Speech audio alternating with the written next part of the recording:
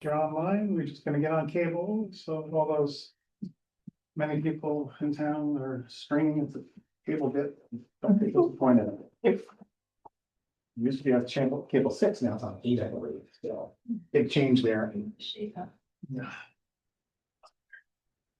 I had to discover the hard way when I turned to cable 6 one time, it was basketball game or something like that for town.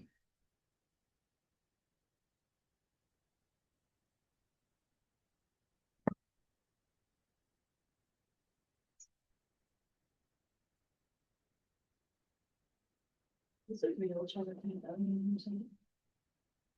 What? It's still wrong. I don't think that. Okay, looks like we're good to go for cable. So we will start the meeting of January 14th, Conservation Commission at the Bellingham Municipal Center in the Arcan Meeting Room, as well as online, limited to people who are presenting or commission members. And welcome to everyone here in the room. We will start with the first item on the agenda, which is the continued meeting for an RDA for the MBTA commuter rail right-of-way, implementing the renewal of the 5-year vegetative management plan along the MBTA commuter rail right-of-way in Bellingham to eliminate, control, and manage vegetation along the right-of-way. Hannah Rita Pascal is the applicant, and Matt Donovan is the representative, and It should be online. online, which one? Oh, I see Matt, or no, Nope, Matt, that's the- wrong Matt, sorry, Matt. We anticipated that Matt would be available. He sent us some He just information. called me and said he was logging on now. so. Okay, so we'll give him a second to log on. He's in the process of doing that. And then we'll hear the changes that we had requested, which he sent in yesterday. It's Today.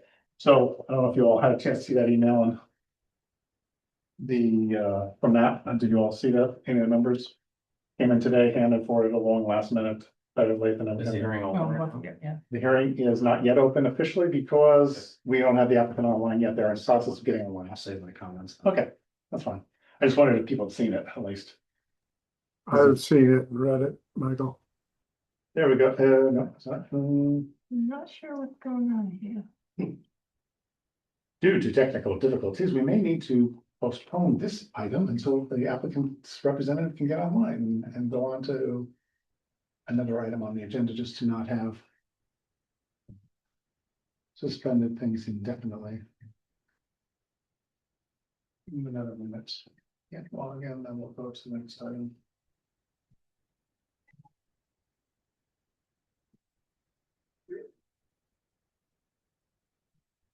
You want to do one of the quicker ones, maybe? Yeah. Just get it out of the way.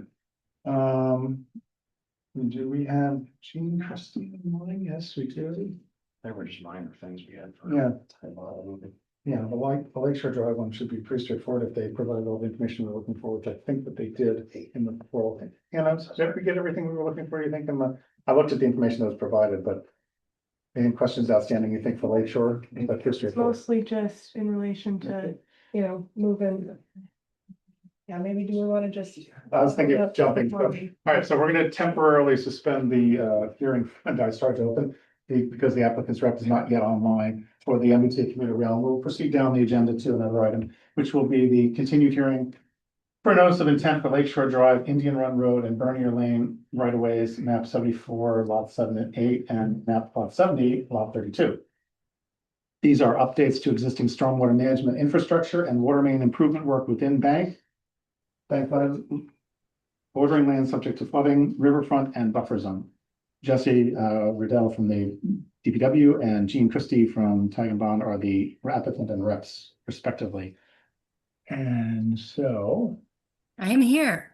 I see you. Thank you. Yes. Okay.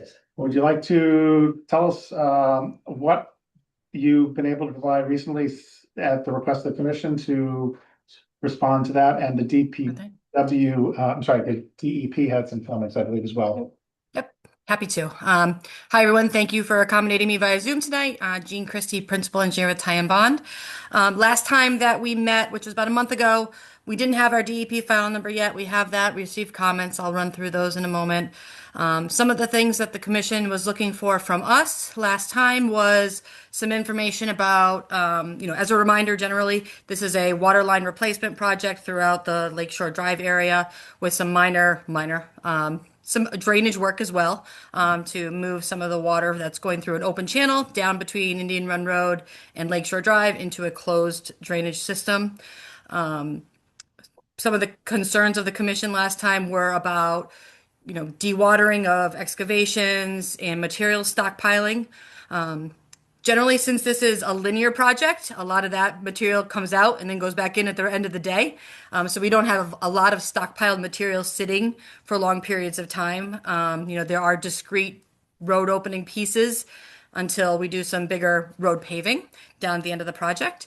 There may be some dewatering needed based on the seasonality. We think that since we're not going to be bidding this project until later this spring and then appropriating funds in May, that we won't be building anything until September. So the groundwater elevations that we determined this past September from some of our geotechnical work, we think are going to be representative of what we see out there, in which there was groundwater found in some geoprobes about 4 to 9 feet deep. Water lines are generally installed about 5 feet deep, so there might be a little bit of groundwater here and there that we're dealing with. If there is, in our excavation, we pump it out, we send that water through a filter bag prior to discharge. That's always going to be located in upland areas and as much as we can outside of any buffer zones. But just to remember that, these are discrete pieces of construction. We can only build so much water line or drainage pipe in a day. So, they're not digging everything up at once and keeping anything open. So we think that the impact from material stockpiles and some dewatering will be pretty limited during construction. I think probably one of the bigger concerns was, we had the drainage line that we're installing parallel to that open channel between Indian Run Road and Lakeshore Drive was previously closer to the actual bank and within the 25-foot. We've pushed that out, I think, northish, to get as much out of the 25-foot as, no disturb as we can, which then did decrease those impact areas. And I think we have a letter for you in front of you that kind of summarizes what those were. Some of the DEP comments, let's see if I want to scroll through them really quickly. I think they also were looking at dewatering controls and things like that. We kind of gave them the same response that we gave you about that information. They did ask about the impacts to banks. So we expanded some of what our argument about, yes, we understand that we're taking water out of this bank, out of this stream. But we also are considering this a drainage channel and not a stream because it doesn't have any historical mapping of the stream. I think they have some of the same concerns that you may have as well. We're not changing any of that capacity of that channel. If water does get down there, it's still going to do what it does today, and we are collecting it at the bottom of the hill. We want to confirm the flood elevation, the base flood elevation, as well as a couple pieces about stormwater and the operation and maintenance plan. So I don't know if anybody had any questions about any of that. I know that was really quick. Actually, I think, Hannah, if you Comment number 3, Gene, the response says they're talking about calculations for standards 3 and 4, and I'll confess right up, I don't know what standards 3 and 4 are and how important they were for us to request. It's our discretion, according to the DEP, and you as well, whether the commission wants to have you do calculations for standards 3 or 4 and submit them, even if it is only to the maximum extent practicable. So what are standards 3 and 4 when referred to in this context? Sure. Standard 3 is about groundwater recharge, because we're not proposing any new impervious. We're actually taking some impervious out of this project. We are not subject to that standard. We don't need to provide that groundwater recharge. So we don't think we need to provide the calculation. And then standard 4 was about water quality. And we do have TSS calculations in our stormwater report, because we are required to, to improve to the maximum we can, we are including one storm receptor at the downstream end, I think in Bernier Lane. And we've designed that system that water quality unit based on Mass DEP's stormwater guidance for those proprietary treatment devices. So that one actually probably should have been reworded to say we don't have the calculations that say we have to provide this many cubic feet of water quality volume, and we're getting real technical here. But we are providing a stormwater quality unit to provide this TSS removal. So So something there's to some think about. calculations, but not all of it.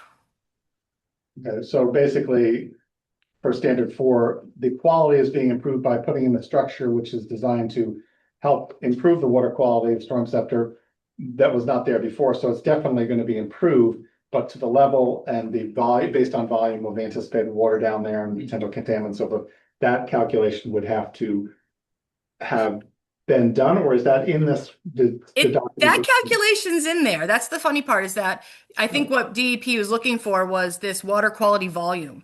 And we don't size water quality units for the water quality volume. We size them for the water quality flow rate.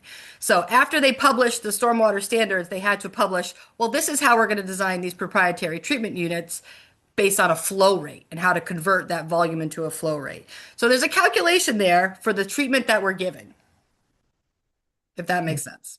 Yeah. So it's up to the commission to decide whether they want to ask for, the first one, standard 3, seems to be one that's waived because they're not doing the Groundwater recharge. recharge, right, thank you. We're not increasing impervious, so decreasing it only makes that better. And then the fourth one, standard, you just heard the explanation for that.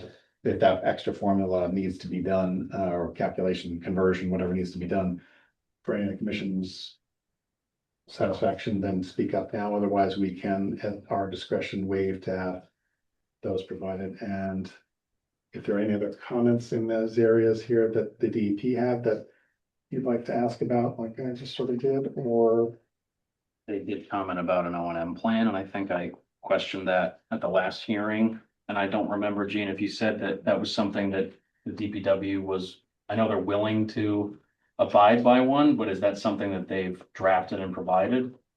They have the O&M plan. It is part of our stormwater reports. They have seen it. They know what's in it.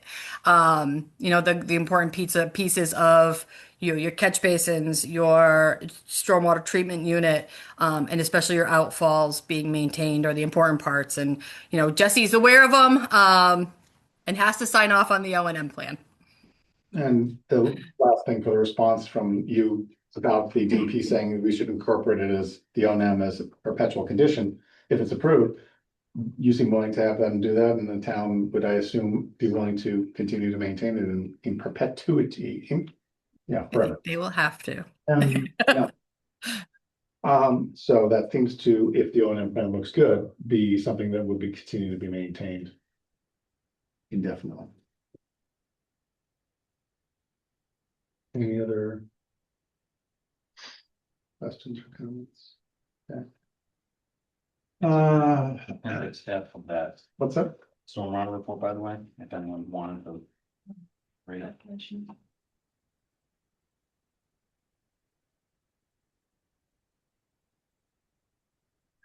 Okay. Is anybody here in the room present for this particular hearing? They live along Bernier or Lake Hiawatha area, and they're impacted by this? They've heard about it? They have questions about it? Anybody here in the room for that? Okay, just give me an opportunity to ask questions if you'd like. Like to keep the public who are with us about, or other representatives, not representatives, but Michael, I have one question.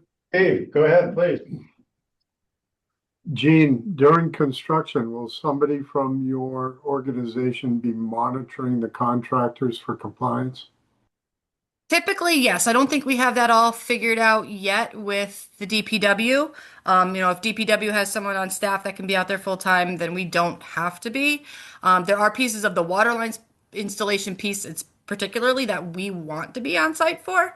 But if the commission thinks that there are pieces or parts of this that you want us as the engineer on site for, I would implore you to include that as a condition. Especially for work in, real close to resource areas. Very good, thank you.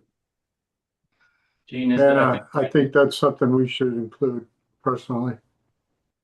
Okay. So like when they're doing work Anything with that related drainage to the line, tank, and then when they're doing the restoration, well, decommissioning and restoration of that head wall. And then I'm assuming the new discharge outlet, whenever they're in, working right within or next to existing. the reservoir. 25 foot, plus, that where the drainage culvert non-stream goes down the hill and then gets overwhelmed with when there's too much water going in, that piping going in along there will help relieve that somewhat, still allowing some water to go down that. That area is close enough to the bank that 25, the installation of that whole line, length of line probably would be good to have somebody monitoring it, however many sections it goes in and over the course of whatever time. Good.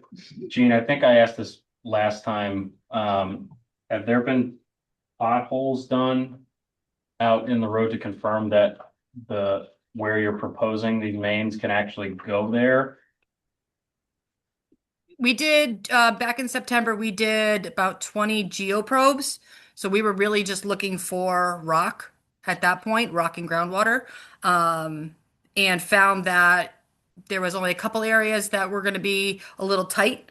But we think so far, based on our design and based on the layout that we have, that we're not going to have a problem. The town is also still, we talked about this last time too, still considering if we want to replace the water line and abate the asbestos cement water line. Like do it in place, like take that pipe out, abate it, and then put the new pipe back in the same location, which won't have any, rock issues. Okay, yeah, I just wanted to confirm that because the design itself is not the IFC, so I assume there'll be some minor changes. And then obviously as they, a contractor's out there digging, there might be some minor deviations. So Yeah. I think for the commission, we should think about potentially requiring a copy of the IFC before they start construction, potentially a pre-construction meeting with Hannah, just to confirm no major changes. And then obviously, like any applicant would, if there's, major deviations from the plan that's been approved, coming back in front of us to discuss that. I see no issues with those.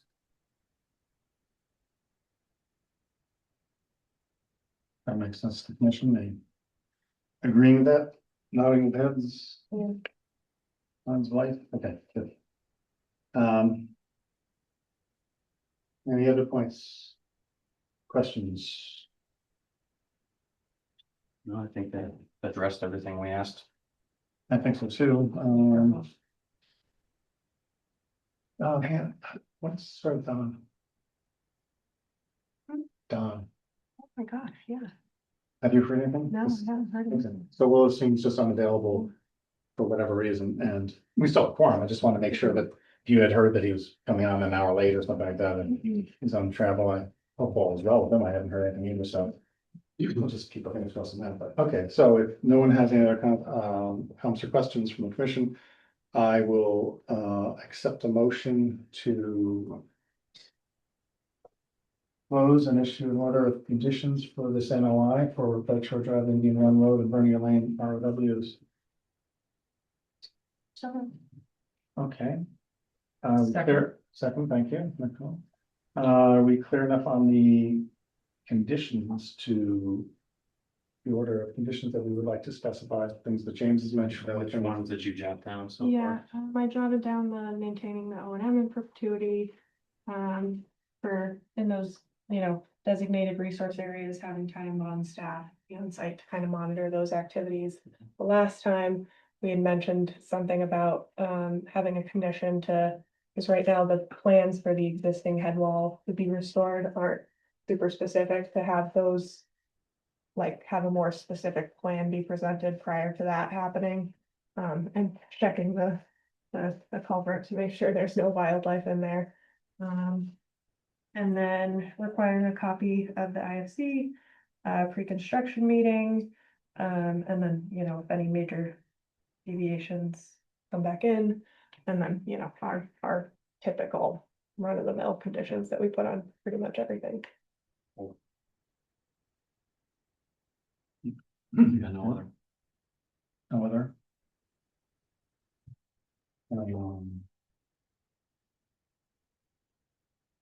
Okay, so that seems to cover all the conditions needed. And if there else to be added, I'll Call for a roll call vote since Steve is online.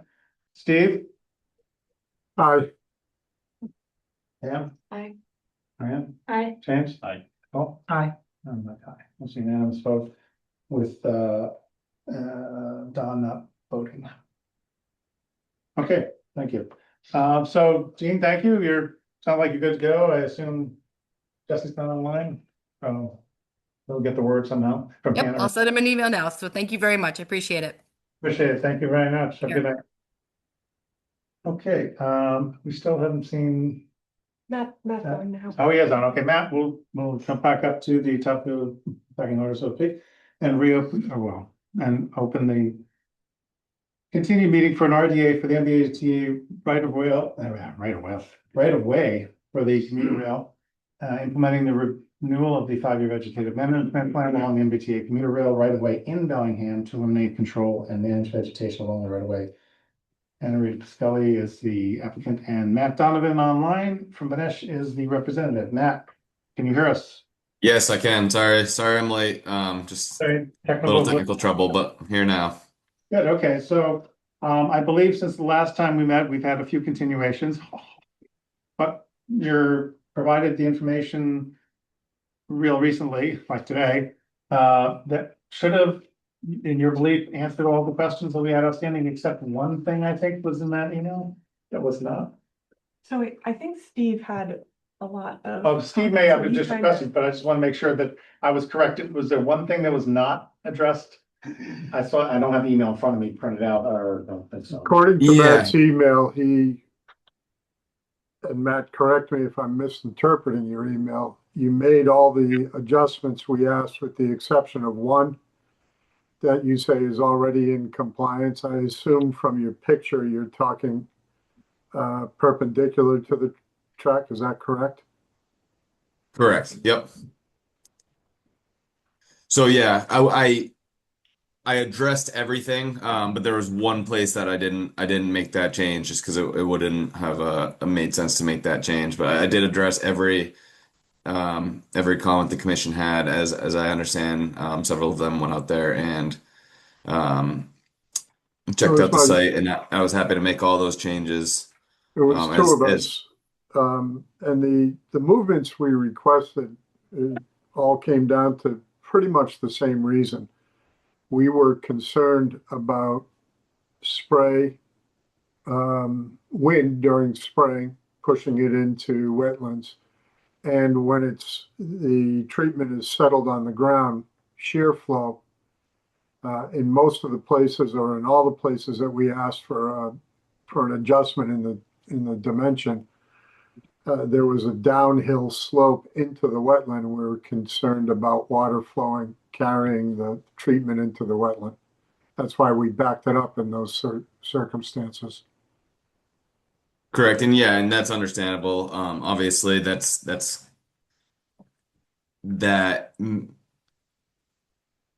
there won't be any drift with this application. So there is 2 applications each year. This is solely for the road bed application. That happens 18 inches above the ground, spraying the solution directly down. So there won't be any drift with this application that will be happening in the town of Bellingham. They don't do any of the brush program, which is where they actually spray off to the side.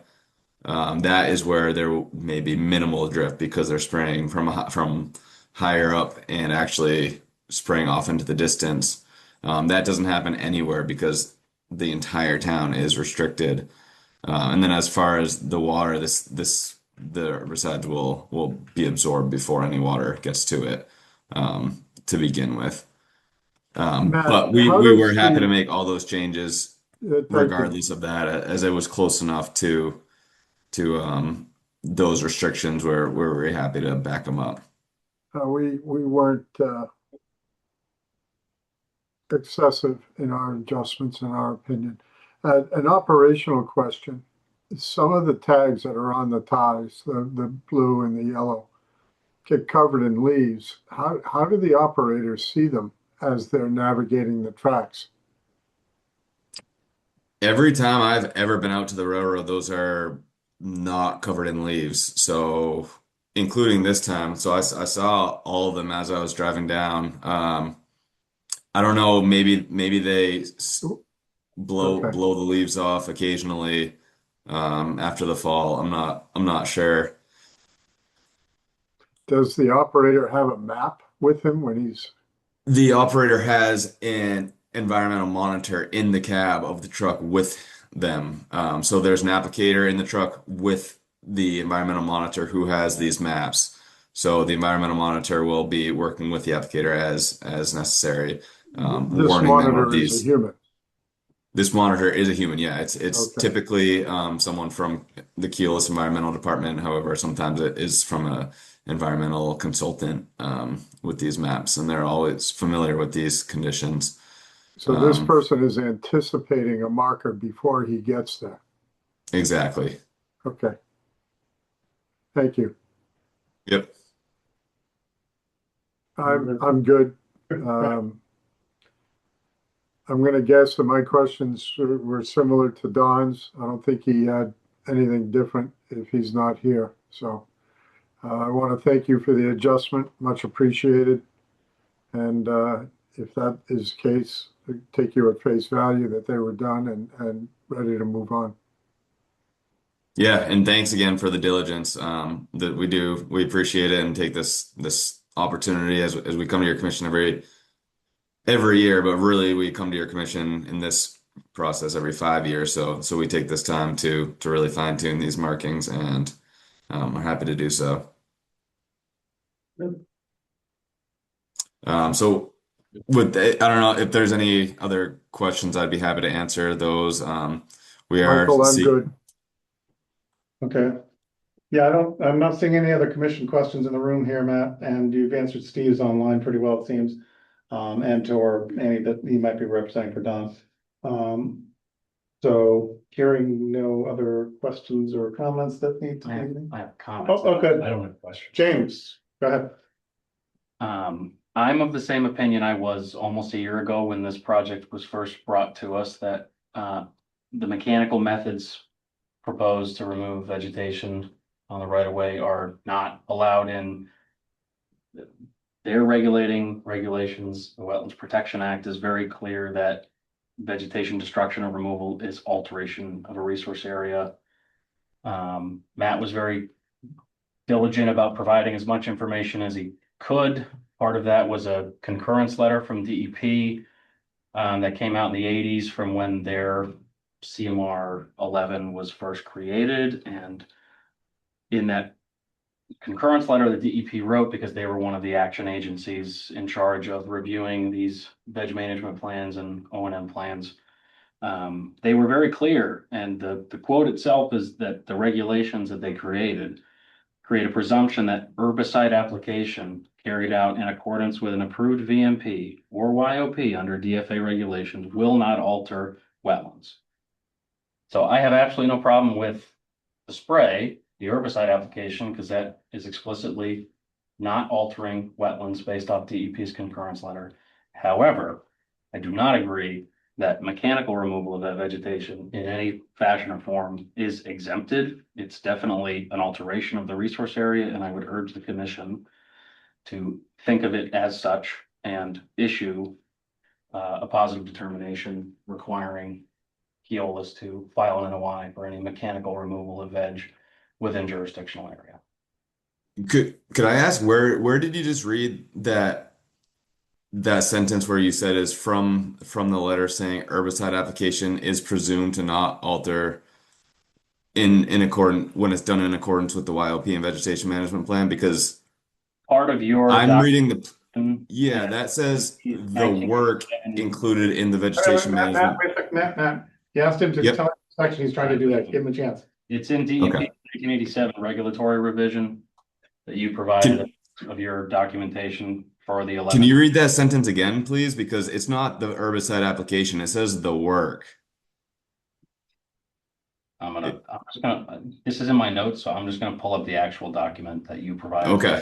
The document. Yeah, because that was very specific. Let's see, November 12th. It's in the Appendix D, Preface to Wetlands Regulations. And it's the last sentence of the fourth paragraph. Correct.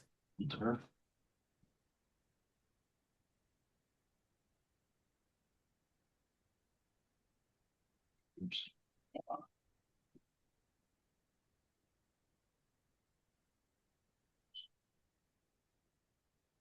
course I can't search on this. Give me 10 seconds. I took it out of the document.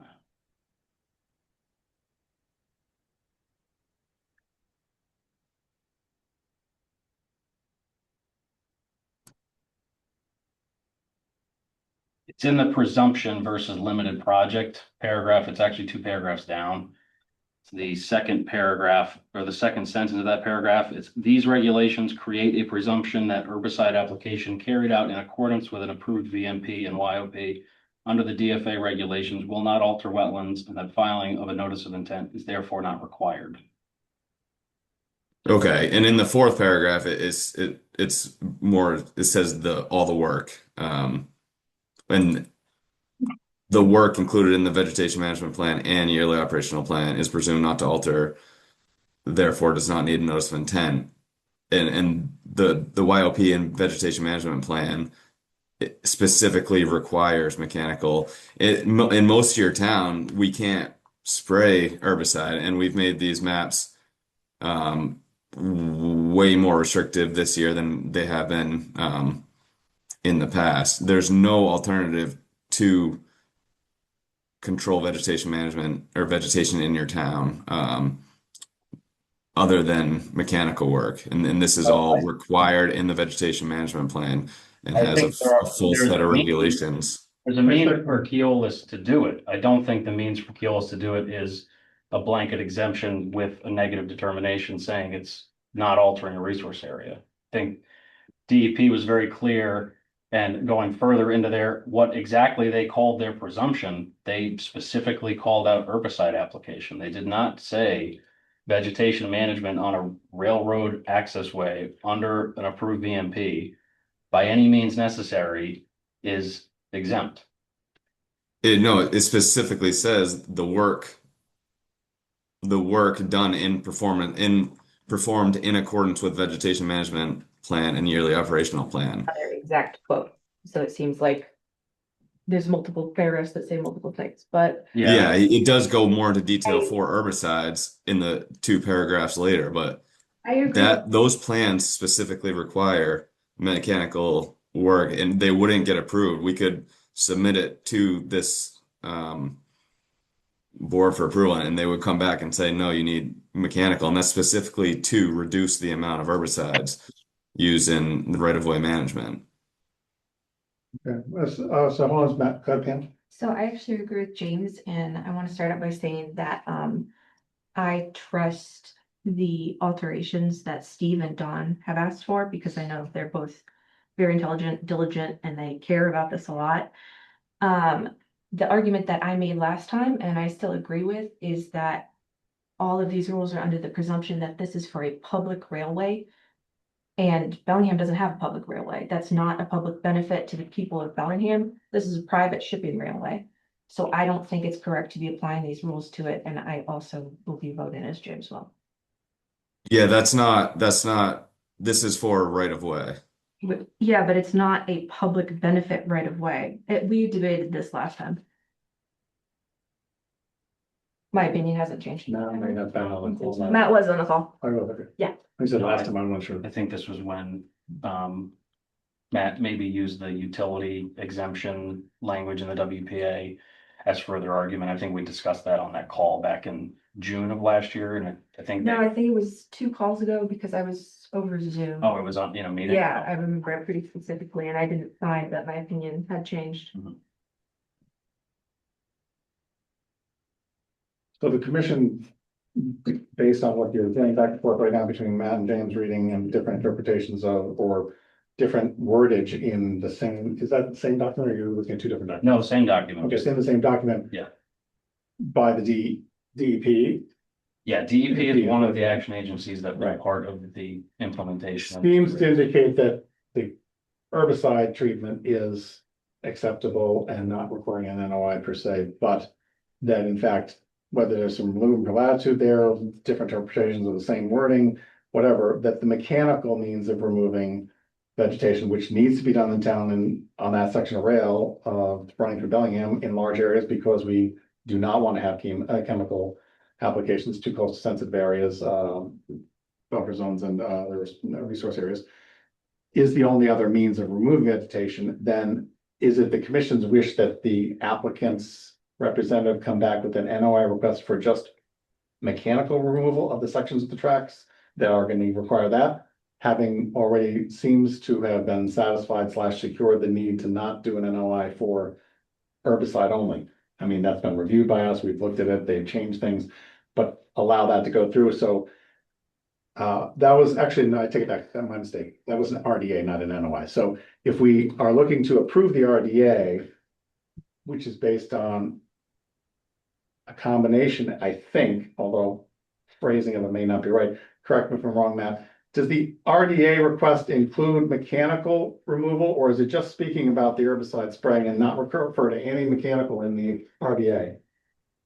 It's seeking approval for both mechanical and herbicide. But it's You typically saying can mechanical or just all work, including whatever it's involved. mechanical and it's all work, but there is a way for the commission if they don't want to approve mechanical but want to approve the herbicide, there is a way to do that with the DOA form. So Matt, it's yes. That's can Dave. you explain what a mechanical removal looks like? I have two thoughts. Are you just reaching in with equipment and chopping back overreaching branches? Or are you actually entering a wetland space and removing roots and trees? It's all typically done by on-track vehicles. So we're not going in with a entrance on like tires or anything. The equipment is going to be on the track and it will have an arm that reaches out to trim back the vegetation as it's growing onto encroaching the right of way. So you're just Station. brush cutting, basically. Basically just brush cutting and cutting and anything that gets cut, we have best management practices in the vegetation management plan for that.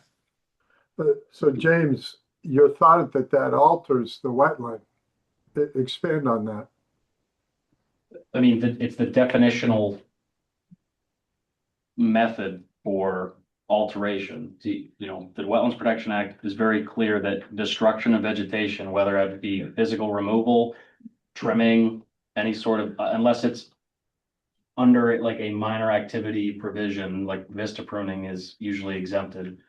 But actual destruction of vegetation, removal of it, even if you're not disturbing the root itself, is still alteration of that resource area, because that Well, veg. doesn't a herbicide do the same thing as well? Herbicide gets to that same end just a different Yes, way. no, I understand, but the herbicide itself is exempted and said DEP specifically mentioned herbicide as not altering the wetland. I have a clarifying question. I was under the impression, Matt, and this was a while ago, I had asked if judged that a tree or a large branch of a tree or something needed to come down, would you come back and ask us for that? Or would that be part of the brush management? And you had said that you would not come back to us to take the full tree down. So it's not just brush management, it's whatever you guys decide you need to do. And that could include taking full trees down in the resource area. Yeah, it's vegetation management. It will, and I never said that wouldn't happen. That would be done from an on-track vehicle. And I was saying it'll brush cut, it'll cut, and we have best management practices to do so. Well, just to Steve's point, then it is potentially more than just brush cutting. Correct. That happen And- with poultry. Excuse me?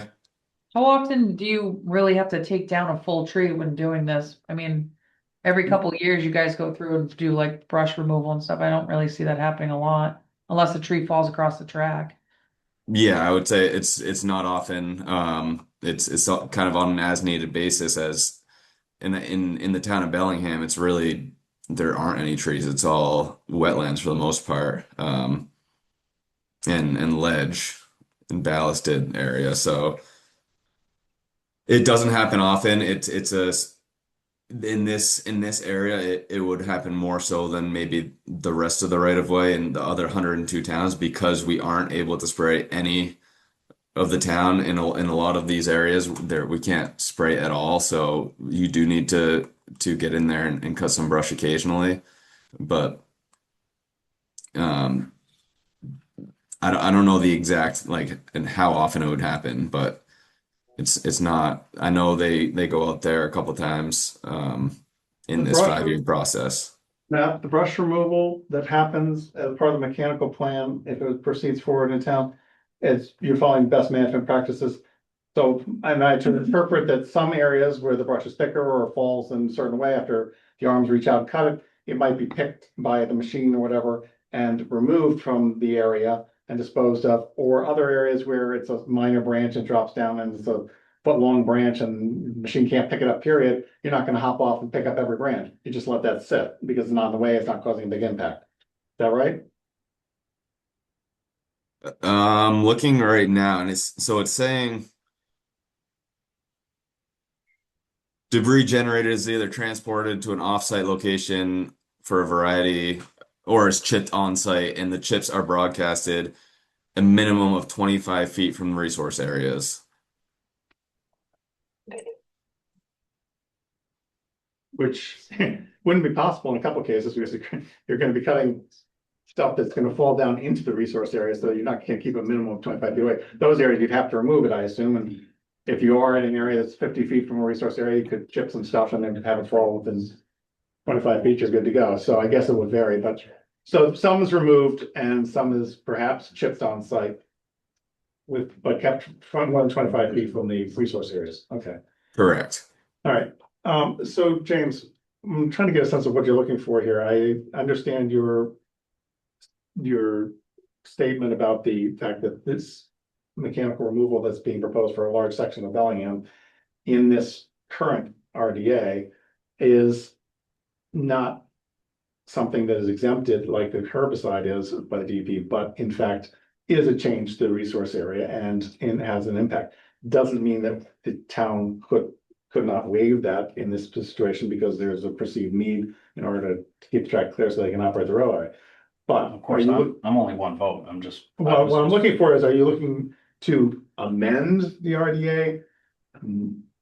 No, there's no amendment. They submit a request for us to make a Right, but determination. I wasn't sure if you were questioning the way the mechanical is or isn't included in the RDA. And Piers Matt is saying that it is included as both mechanical and herbicide treatments for the I RDA, think so we could they're be tied together. very clear in like, for example, if we were to issue a positive determination for the wetland lines as proposed for specifically the use of herbicide treatment, Right, then Keolis could take that, or sorry, no, a positive determination on wetland lines and a negative determination on herbicide use for those. Then they could, after they get issued that paperwork, go do their herbicide treatment. And then we issue a positive determination saying Keolis or any other applicant in this case would require the filing of notice of intent for mechanical removal of veg within resource areas. so basically come back with an NOI if you want to do mechanical Correct. weapons.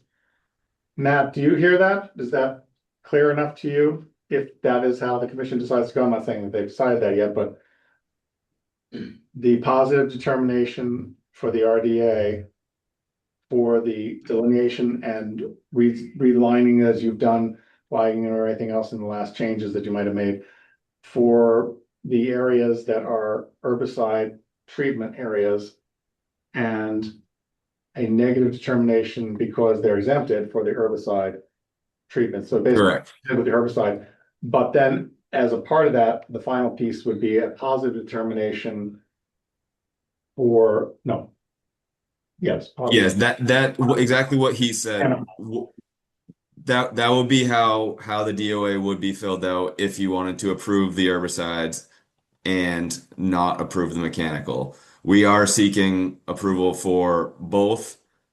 We have received approval from 99 out of the 102 towns that Keolis runs through in the Commonwealth, and we're if we did get an approval, we Keolis in since this regulation, there is a specific regulations made for the vegetation for right-of-way vegetation management plans. And that is why we haven't ever submitted an NOI for this work. It's specifically done under the CMR 333 CMR 11, which does require both herbicide and mechanical. So we CMR 11. Okay, so we're not seeing that under that regulation that you just were quoting. So if you can highlight where that is and let us know that, that might be helpful. But for tonight's hearing and to move things along, would Keolis come back with an NOI based on what we might issue for the RDA? Or would they just say, we're not gonna do mechanical, or, because we don't do NOIs for mechanical? they would still have to do the mechanical. They would come back and appeal that decision. Okay. Commission, personally, I would take mechanical over herbicide every time. I understand James read it. It says it doesn't impact it. I'm not buying it. I agree with Steve. It's not buying it, that it's not impacting.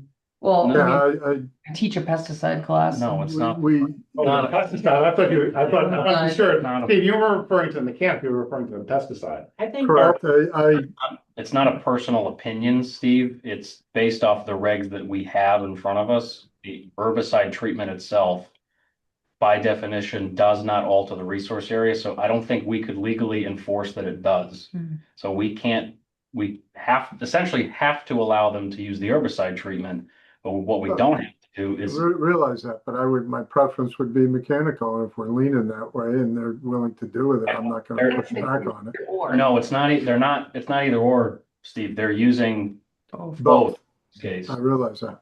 right? And we're potentially, if, as proposed by James and if it's voted on by the commission tonight, we would be saying yes to the herbicide, you go ahead and do that, Gills, but no to the mechanical, leaving the door open for them to come back as an NOI, because this is an RDA. It's not like we're refusing them on an NOI. So if there was like any kind of large But- tree or something that would have to be removed, they'd have to, Well, they no, could evaluate that. no, not individual for trees, just they're getting a no on the mechanical as part of the Yeah. plan. So as you heard from Matt, they don't do NOIs, or typically Keolis does not do NOIs, so they get this response from us, they're probably just going to appeal it.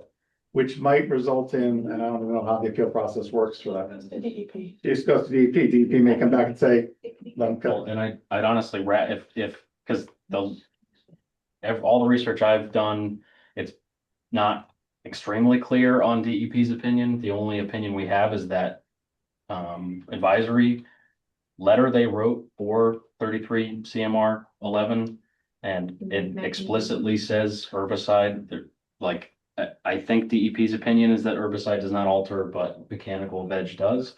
I'm of that opinion. I don't see any specific exemptions for management of this type of right of way in the Wetlands Protection Act. I don't see any allowance of mechanical vegetation in 333 CMR 11. It's And- very clear to me. And ultimately, if it gets appealed and DEP comes back saying, no, veg removal also does not alter, then Then we know. we know. And if they say, yes, it does, Then we then, know. Then they know. then they know, and they can say, and then the question would be, Matt, would you guys, if you did appeal it and DEP said, no, it does change things, you'd have to do an NOI, would then that change Keolis's opinion? Because frankly, we don't want the train to stop in Bellingham and turn around and go back, but. No, Yeah, I don't know if we need to go that far. I think. I just want to make sure the commission understands if we say no or yes, what might next happen, so that they can decide whether they want to vote here, no or yes. But if no one has any more input, or. well, Keolis is, unless that case is finalized, there's an additional case from the last time they came around for their VMP years ago. It's currently in front of the adjudicatory board above DEP, so If that decision has not come out, which I don't believe it has, that would be superseding to any of those decisions in the past and would ultimately guide decisions for us in the future. I don't believe that decision's come out, so I'm gonna stick with my opinion. So, Don, welcome. I'm sorry. Yeah, sorry. Yeah, Conversation- thank you. We're on the road right away stuff. So I will allow, unless the commission has any other questions or points they want to make. I will allow someone to make a motion on how they would like to proceed. I would offer a motion to issue a positive determination on the wetland boundary as only used for herbicide application. A negative determination on the actual use of herbicide for veg management procedure in the right of way, and then another positive determination for mechanical veg management requiring and filing an NOI for that. So moved. Okay, we have a motion and a second. Any other discussion? Okay. Hearing and seeing none, Don, you probably have to sit this vote out, but that's. Yep. Steve, Nay, Pam, Aye. Marianne, Aye. James? I made the motion. Aye. Aye. So even without my vote, it's 4-1. So. I don't have to vote. So So you're I, abstaining? I'm certain, just because the chair usually is supposed to abstain, but I'm just saying, so we have a 4-1, so that.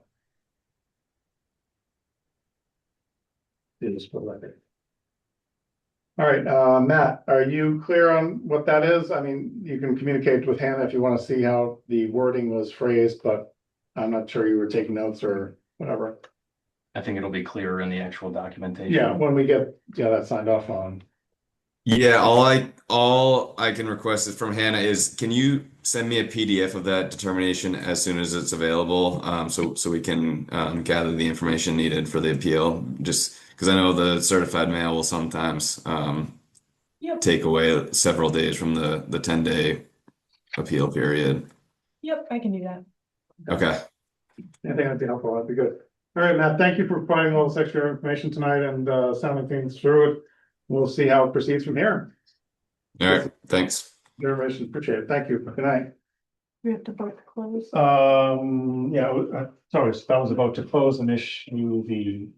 No, RDA. I just did the determinations, so I'd make a motion to close that public hearing. Okay, so we have a motion to close the public hearing for the MBTA commuter rail right away. Second, come on, Dan, I was ready to give you a chance. I'm gonna take this one, you guys. Yeah. Okay, Pam, second, thanks. All right, any other discussion about the closing of this particular hearing for the meeting?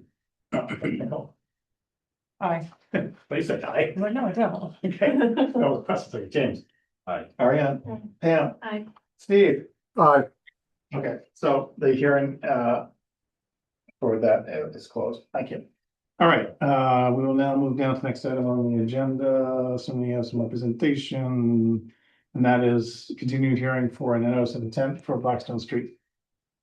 Alteration of bordering vegetated wetland, BVW, and its associated 100-foot buffer zone for improvements to the undeveloped section of Blackstone Street, including infrastructure, utilities, site grading. Louis Petrosi as the applicant and a blank is representative, and it's blank last name, but you gentlemen just identify yourselves for the record, please. Yes, sure. Thank you. Drawing blank for record. Ryan Rosine with Daughter Consulting. If anybody's in the room for this project, wants to move up so they can see plans, please do, don't be shy. We'll put what we can up on the screen when it's appropriate. We are going to restrict this to about a half an hour. I'm going to give the commission members a chance to ask some initial questions first before jumping into the meat of what you've done might provide after you've identified yourselves the record. And then we'll proceed with the remaining time to see what's going where and how we might want to proceed. We do have our consultants online from Bill Thomas. We have Tom. Welcome, Tom. Can you hear us okay? I can hear you fine, thank you. Okay, great. And didn't have control for something else. Yeah, he's. Okay, all right. So everybody in the room can see what you can see there. That's good. Thank you for joining us up a little closer. All right, I'm gonna first open to the commission members and ask if you've had a chance to review. There's a lot of information submitted. Some of it was fairly recent.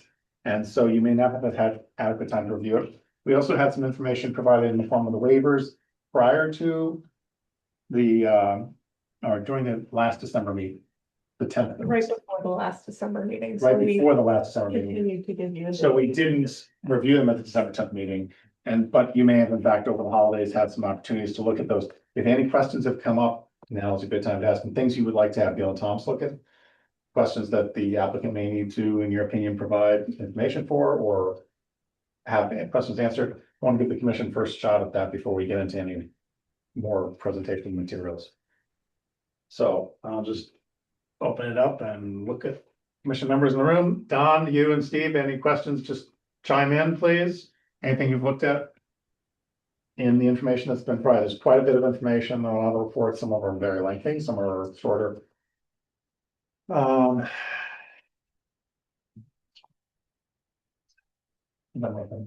because essentially, since the last time we spoke, since December meeting, we continued. The last time we spoke was at the meeting on the 11th. Some information and plans were submitted. We sent them to Beals and Thomas. They provided the peer review letter that's in the portal. So there are a couple peer review comments, one of which included didn't get any waiver materials. The waiver materials were submitted the day before that December meeting, so we continued to December meeting to give you additional time to review. And then the Friday before this last Friday, Lou submitted some additional information from Goddard Consulting to support his waiver request that he had submitted in December, as well as some revised wetland replication plans and a response to the Beals and Thomas comments, which, most of, I think Tom can, speak to, but I think most of those comments were gone over, save for the waiver request stuff, and then a couple that were Allen Engineering is gonna respond to the rest of them, so. Right. So I did say, gentlemen, we're supposed to identify ourselves, we're going to go ahead and do that, so we get that done before we move further on. My name is Michael Dryden. I'm a senior project manager with Allen Engineering. Okay. And Ryan Rosine with Goddard Consulting. Thanks, Ryan. Okay, commission members, before we ask Tom to speak, anything that you have wanted to get out there question wise, or issues or concerns or clarification? Things that you think are important that we make sure we have our consultants potentially review that. Go ahead, Fran. From the information that I have, it seems like the response to the peer reviewers' questions is technically not complete because there are a lot of items that just say Allen Engineering will provide a response. So I feel like, how are they going to review this without Allen Engineering's response? And why should they get two different responses to review? You guys can just compile yours as one. I'm happy to address that. I agree with you. If it were up to me, we would have, those comment responses would not have been submitted. We're still working through those. We're working through not only the commission's comment responses, but Beals and Thomas's comments to the commission, but also the planning board. So you did receive some revised materials. Again, it would have been my wish that that was not submitted in the fashion it was. But I can't control what the applicant does. So, and I should also note that we're still working through the comment responses with Beals and Thomas through the planning board. The majority of the comments are with the planning board. Some of them are redundant with the comments that were issued to the commission. We're still working through those plans.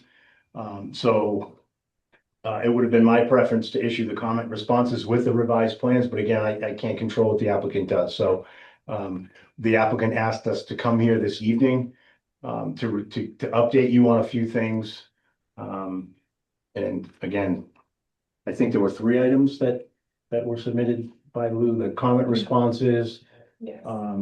Pool buffer evaluation. Yeah. And the wetland replication plan that was a draft form. Right, It was so- kind of GIS graphics. I think what I'd like to do, if it would be okay with the commission, is and of course, Ryan can talk about sort of the nuts and bolts of the replication area, but you probably read through the revised replication and were wondering why are we getting a revised replication when we haven't even sort of explained that to you. So I'd like to just take a few minutes and explain that aspect to you if I could, if that makes sense to the commission. As you're part of this overall tonight, yeah, I think that may be a good use of your time. As you said, there were a couple things the applicant wanted to make sure, a couple changes or a couple points. Exactly. So I will make sure to do that, but before you jump into that, because I don't want to get lost in the weeds, so to speak, or wetlands, I want to make sure the commission has had a chance, since they've had some time, a lot of it time off, but time to bring up points, ask questions, that we give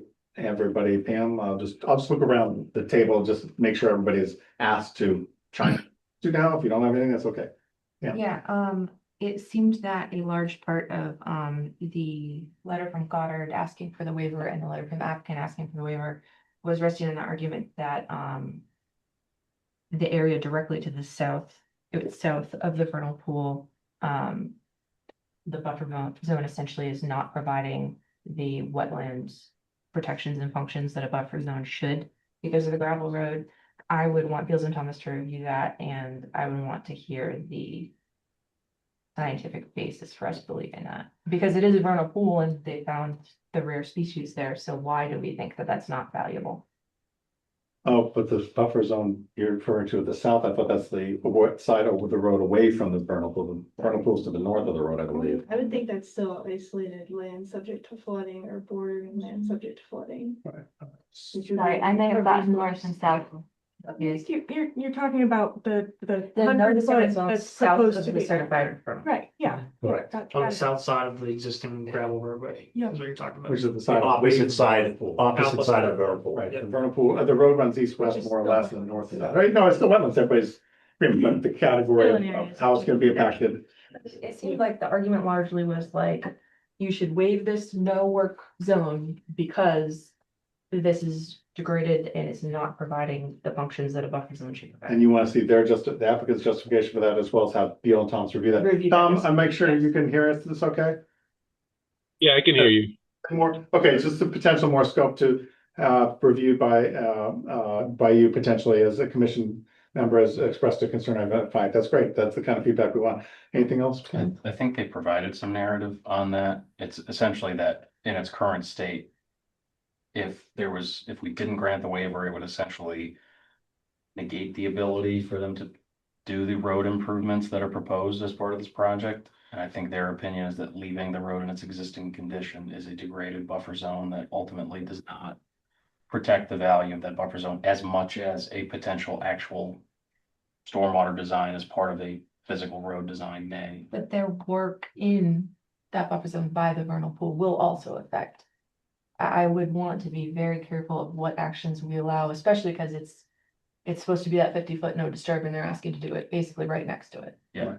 I was a little hung up on that. To receive protection under the act, the 100-foot zone surrounding the certified vernal pool, known as the vernal pool habitat, must occur within a jurisdictional wetland resource area.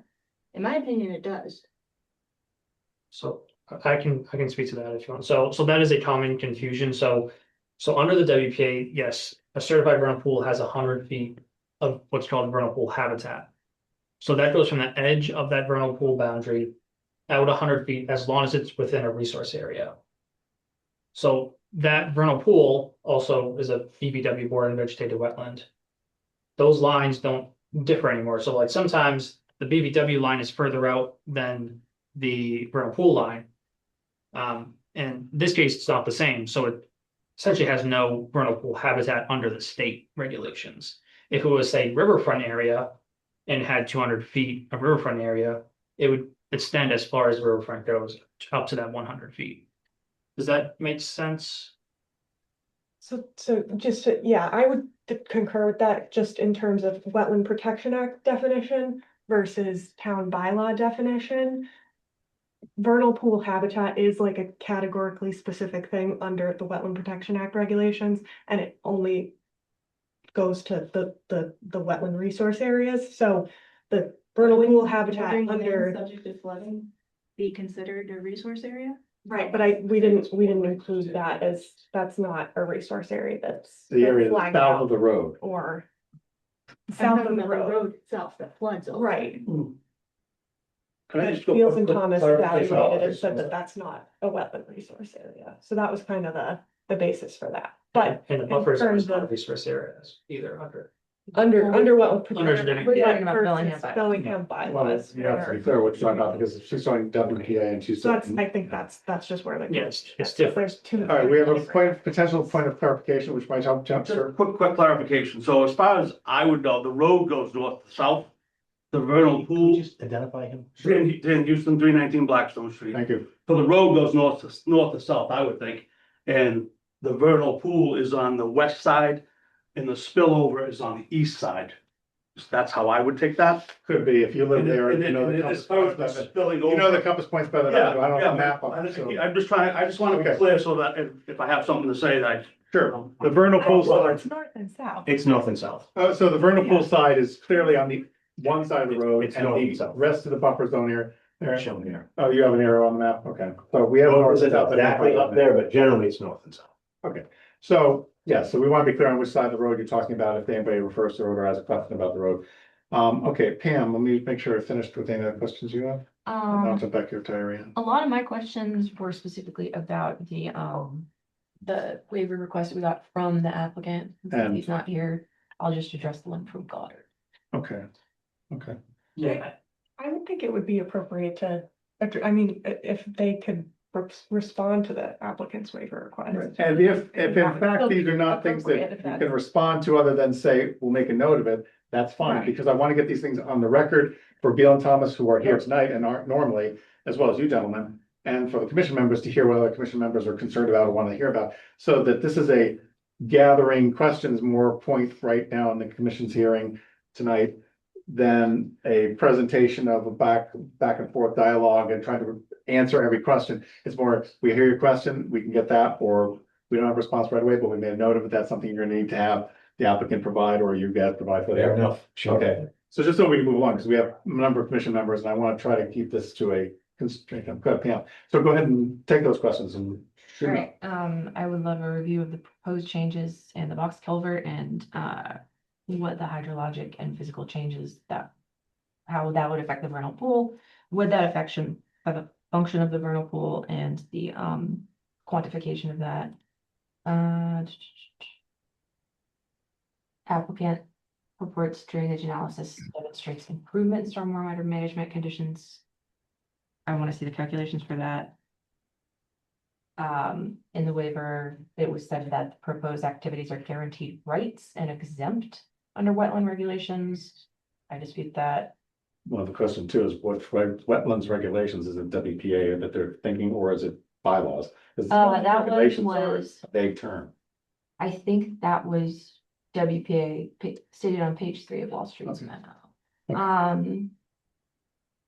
Yeah, it seems like a big part of the argument of Wall Street's memo was that the bylaw should apply to the vernal pool if it exists in a natural undisturbed habitat. And then some of the waiver requests from Goddard seemed to make the argument that like either we can improve this or, you know, these parts of the area around the vernal pool are not functioning as protective for the vernal pool. But I would really want to see that backed up and proven, because if the vernal pool formed there under these conditions, then I want to protect that and leave it as it is. And I would be hesitant to want to change that unless it can be quantified that there will be an improvement. And Beals and Thomas can back that up. Okay. Again, Tom, just want to make sure, since you're being asked to, I mean, you can get the notes too from the meeting after the fact, but you were hearing this okay? I am, yeah, and I'll take it under advisement and I'll circle Sure, back with sure. No, I Stacy. didn't look for, yeah, I'm not looking for a response. I'll make sure, I'm not sure sometimes how the sound system is working for somebody who's on Zoom. No, understood. If our members speak up, that would be good, or not, if you're hearing the volume, good. I just want to make sure. Okay, Pam? I have two. So in the applicant's waiver request, there was a hardship argument made. It's my understanding that the applicant does not own this plot of land, so I don't understand how additional hardship could be created. Okay. And as far as alternatives, I would like to see, there was talk of what the alternatives would look like, and this alternative would add this much, and we'd need to do the replication this much, but I would like to see what that would look like and what that's quantified. It's my understanding that a while ago, this committee, before I was even on, received an application where this work was proposed 100 feet away from the vernal pool. So it seems like there are other viable options. I don't know if you can speak to that. Hannah. I don't remember seeing them. Yeah, that was something that it's been kind of floating around. That was how we originally identified there being a potential vernal pool on the property north of the roadway, and during previous that lot 1 and lot 2 on Blackstone Street, when it was just a potential vernal pool. That's kind of how we found that vernal pool and how that question came about, and then how it ultimately was recorded as a certified vernal pool. But so that had some different alternatives Roadway. for roadways that included one that, was 100 feet or 90 feet away from the vernal pool, rather than just 50 or, something like that. Yeah.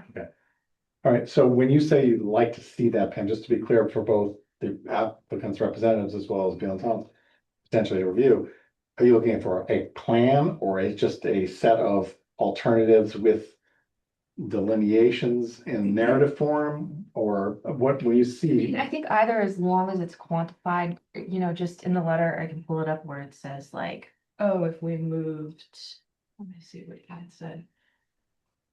Yeah, the alternative analysis in Lou's letter, I mean, it does give specific square footage of. Yeah, and so I want to see like, all right, so what's that based on? Show me where you got those numbers and like what. So if you're analyzing the alternatives, do you have it drawn out? How did you get those calculations? Where did this come from? Okay. All right, anything else? No. Okay, Ariane, anything you'd like to ask to have reviewed or clarified or? And again, knowing that not everybody's seen it, through it all thoroughly, there may be additional questions but it's a good starting point to see where we need to go with both additional potential peer review as well as applicants, representatives, going back to the applicant and identifying what additional issues and concerns and information we're looking for potentially. I would just like, some clarification maybe from Hannah. The culvert is blocked now, right? Yes, so in terms of the enforcement action, yes, it's been plugged back up. It's at pre-existing conditions. Yes, other than, I mean, it's been debated between vegetated versus not vegetated, and we've said it needs to be vegetated, so there's been no further action on that, but yes, it's plugged up. Has the information in your other memo, from a while ago been addressed, such as the water line coming up beyond the flags? Has that been fixed? The water line coming beyond the flag?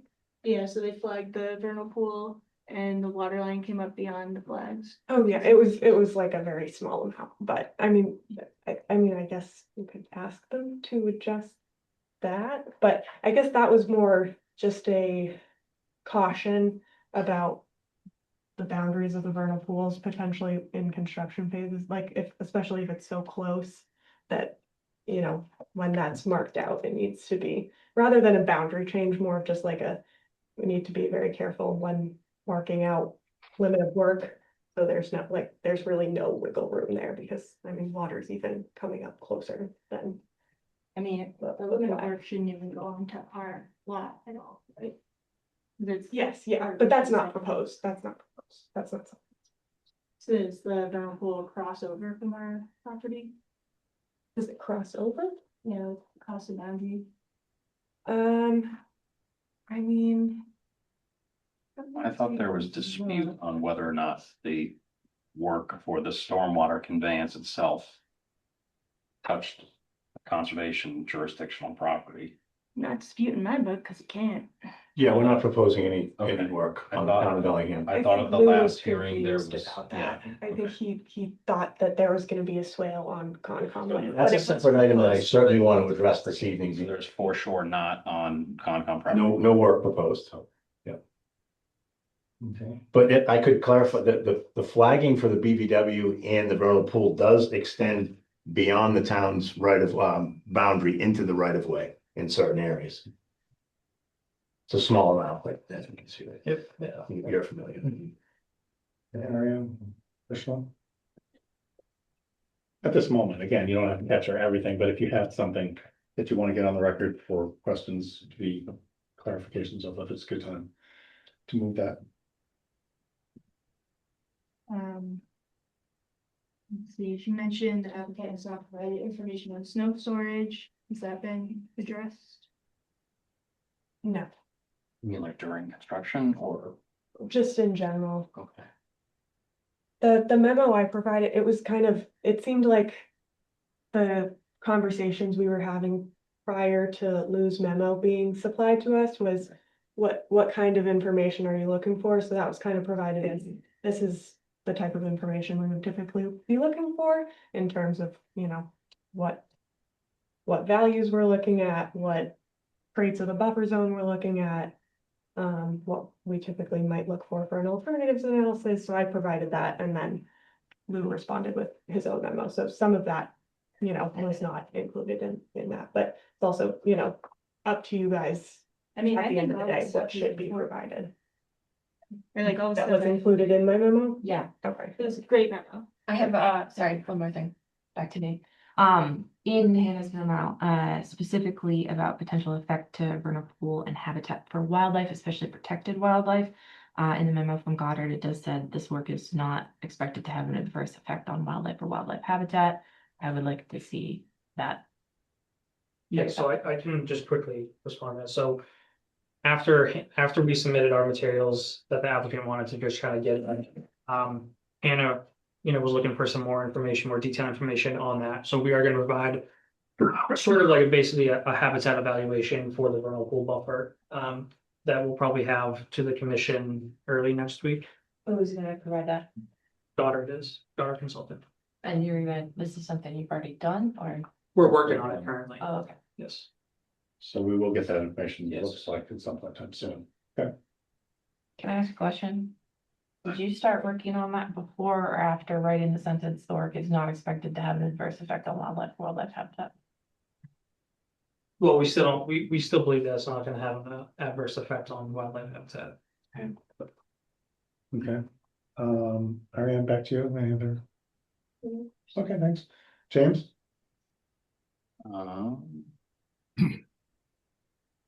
If you want me to bounce over to another commission Yeah, member, if you wouldn't mind. Nicole, anything up front? So well, with my expertise being plants, I have a couple of points, and are you comfortable answering questions about the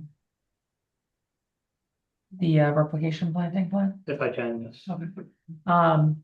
So first off, it refers to several times as like plants being stockpiled. What exactly does that mean? Does that mean kind of like healed in somewhere offsite? Yeah, so typically what we'll do is like in the existing wetland area that's supposed to be impacted, if there's plants that we can save by digging up the root ball, we'll then move those to an adjacent location within the wetland and then transfer those directly into once the replication area is, you know, graded down and everything, we'll put those into the replication area to kind of substitute and enhance, you know, an already, you know, pretty healthy, you know, existing wetland specimen. Okay, so are you kind of like documenting like these plants, like what situations they're in before, like if they're on an upper, like a mound, or if they're in a depression, Yeah. and then kind of mimicking where they were to begin with? Because sometimes plants that are transplanted, especially like natives, they're a little finicky with Yeah. that in like their acclimation. Is anyone gonna be caring for these plants while they're kind of healed in somewhere else?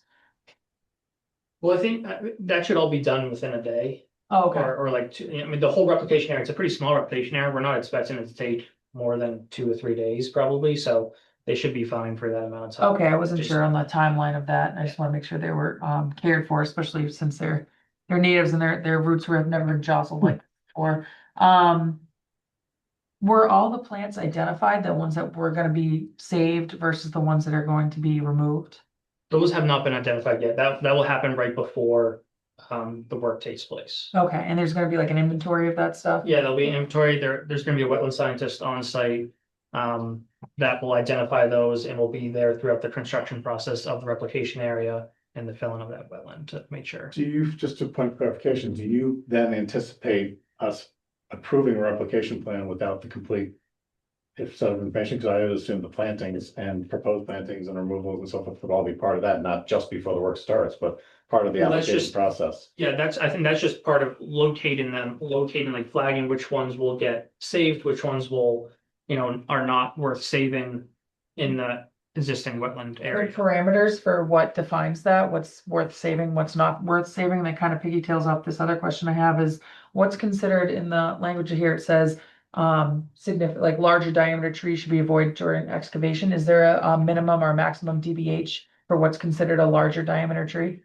I don't know if we don't specify that, but I believe, I can get you a range, but probably anything bigger than, 5 to 6 inches and DBH. Okay.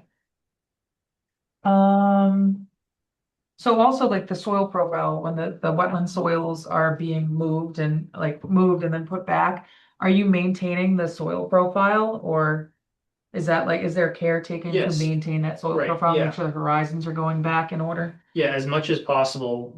That's why we have a wetland scientist on site Mhm. where they'll make sure the operator who's doing the work separates the soil horizons, and then we're able to replace those, stockpile them in certain areas, and then replace them as they were, previously. Yeah, because that's important for the function of the soils. Also it says like it's gonna make sure that trees are planted on mounds and shrubs are planted in depressions. Is there a certain reason why that is the case? I think that's just our typical way of doing it. I can get you more information on that. I just wasn't sure if there was like a scientific reason for that. Because trees can yeah. absorb a lot more moisture in the depressions. Yeah, I Then don't shrubs know if depends that's, on the I don't know quantity. if there is, but I can look into that for you. Okay, I'm just curious about that. And then it says about removing the erosion control, once the area is stable. What defines the area being stable? Is that when the plants are established? Once plants are established, vegetation established, there's no risk of, sedimentation or runoff, erosion. You have like a rough timeline of when, how much, because in my opinion, that could be like months. Oh, yeah, it absolutely can be, Okay. yeah. And That'll then be it up to says the that there's gonna be a scientists. wildflower mix that after the erosion control is removed, that there's gonna be a wildflower or a native mix installed after that. We just wanna make sure that that is taking place during like a proper planting time if it is several months. And it also says that the ideal planting time would be in the spring between April, May and in the fall. And then it also says that ideal planting time would be during drier times of the wetland. And I don't know if that really correlates to the dry times of the wetland. I don't recall it saying that, but It says. maybe it does, maybe it's, yeah. We can change that, but. Yeah, I know I read these dates. My assumption would just Print's be so that small. that might just be for, like, if you're doing work around a wetland, you don't want like. It says construction and installation of replication areas should be accomplished during the spring or fall growing seasons between April 16th and May 31st, or between September 16th and October 31st. And then somewhere farther down, it says that these plants should be planted during a drier time of the wetland. So I just didn't know if that timeline matched up. I know it mentioned like dewatering could take place, but ideally we want to avoid that. Yeah.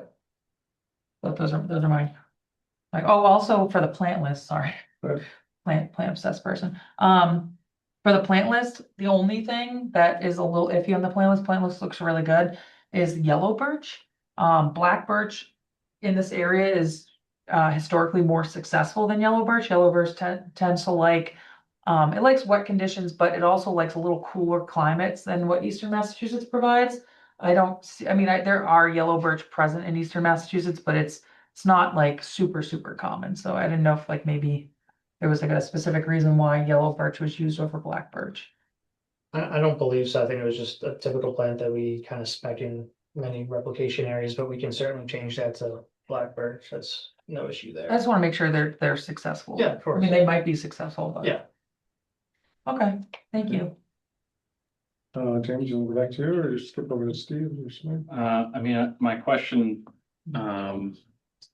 I guess goes a little further into Pam's request earlier. Was Allen Engineering involved in the alternatives analysis that was provided to us, including like impact calcs, potential actual plans drawn up? Our office did not Okay, participate in that. okay.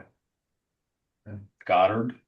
Yes, so we did help with that, and some of those square footage numbers are estimates based on, Allen Engineering's plans, but we don't have the CAD files or anything. We're not that specific, but if that's the request of the commission, we can get more specific numbers for that. When the alternatives were provided, and I'm not looking at them, so I can say, you said some of them were estimates. Was it clarified or not clarified? Was it specified?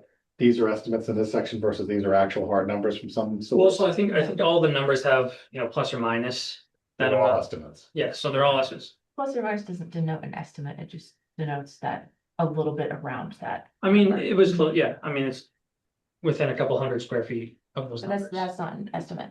That's still saying like a calculation, but it could be around this number. I would have wanted to see that that was an estimate. Right, so that's something that we're looking for. Yeah, well, we can get Yeah, actual estimates, numbers, yeah, if exactly. we're making actual design and actual sort of mock-up plans, we can actually have like exact numbers. I think we're hearing that from the commission members. James, anything else? No, I just wanted to confirm because the alternatives have been provided to us in narrative form with very specific square footage numbers, so I was curious. Which are estimates, as we now know. Right, that was. So there's kind other of than not necessarily correct. That was Okay. kind of the juxtapose the question. Don, online, do you have any questions about the information that's been before the holidays or just recently around the? Michael, Uh, I have a question. But I'll let you jump in, Steve. I'm sorry, hang on. Yeah, the only additional question at this point that I had, it's related to what was originally provided to us as the proposed road construction. And I wanted someone at some point to go over the details that would give us confidence that we're not going to see road debris, salt, dirt, etc., get into the vernal pool during construction and then afterwards. Okay, That was the in addition to what I heard earlier. That was my additional point of concern. all right, Steve? BT 15 still challenges this existing culvert, and frankly, Beals and Thomas's position I find is inaccurate. Lou's response is accurate, and that's important, which discusses the top height of the vernal pool during the normal high flood condition. The elevation, the top elevation of the vernal pool is established by the road, not that culvert. That culvert is useless, and you can see this by the watermark lines on all the trees in that area. So any change to that will, and Beals and Thomas is actually questioning it, that the box is going to raise the vernal pool height, and that's not accurate. The existing height is set by the road. That's an existing condition. And I'd like to see that clarified, because if it's allowed to go down, then the breadth and the width of the vernal pool will shrink. Good point. And that is not the existing condition. All right, Steve, hold on a second. Hannah would like to interject. I'll let you- I just want to clarify, and I think maybe Tom can also, say if I'm right or not, but I think there was just some confusion, especially with the enforcement order, seeing as they weren't really involved with that section. So I think we resolved some of the conversations about the hydrology and the connection between the plugged culvert during that enforcement order section rather than like during these hearings. So I don't think they really got that information.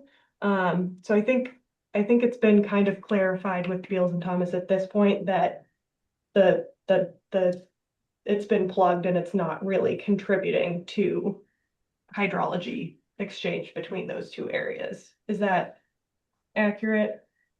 Yeah, I mean, when we made that comment, we didn't know if the culvert was functioning in any capacity. Right. So, whether or not it was fully plugged or not, when we made that comment, we didn't know that it's like totally plugged. I mean, I don't know the history of this. I don't know when it got plugged. Certainly there are basically two conditions. There's a historic condition of wherever, I don't know the vintage of this culvert, but at one point it was draining like water from one side of the road to the other. But I defer to the commission if they want to like assume the current condition, the block condition, maintain that hydrology. I mean, we're certainly not going to necessarily disagree with that. But like our comment was based on not knowing if it was functioning in any capacity. So the fact that it's fully blocked up and there's not a drip getting through, we weren't aware of that when making a comment. Okay. Dave, that answer, yes, I'd just like to see that on record. Is that I would not want to see the vernal pool lowered in any capacity. It'll shrink it as well. Okay. And that height is, in my opinion, established by the current road height. Right. We can. And has been for quite a long period of time. A very long time. Yeah. Right. Yeah, if I could, Uh, Mr. Chairman. One quick question, sir, behind you, how long have you lived there? I've been there since, I bought the land in 99, we moved in 2000, That's so 25 years. That's a fair one, but have you ever seen the road in that area, the culvert ever been dug up or done in the last 25 years? Nope, Okay. I believe that to all be existing. I thought so too, but I just thought I'd check. Anybody else in the room here live in that area longer?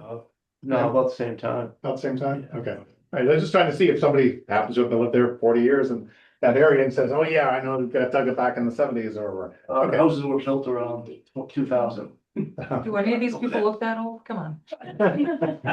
We all age it, okay, all right. Steve, Don, anything else online there? I'm good, Mike.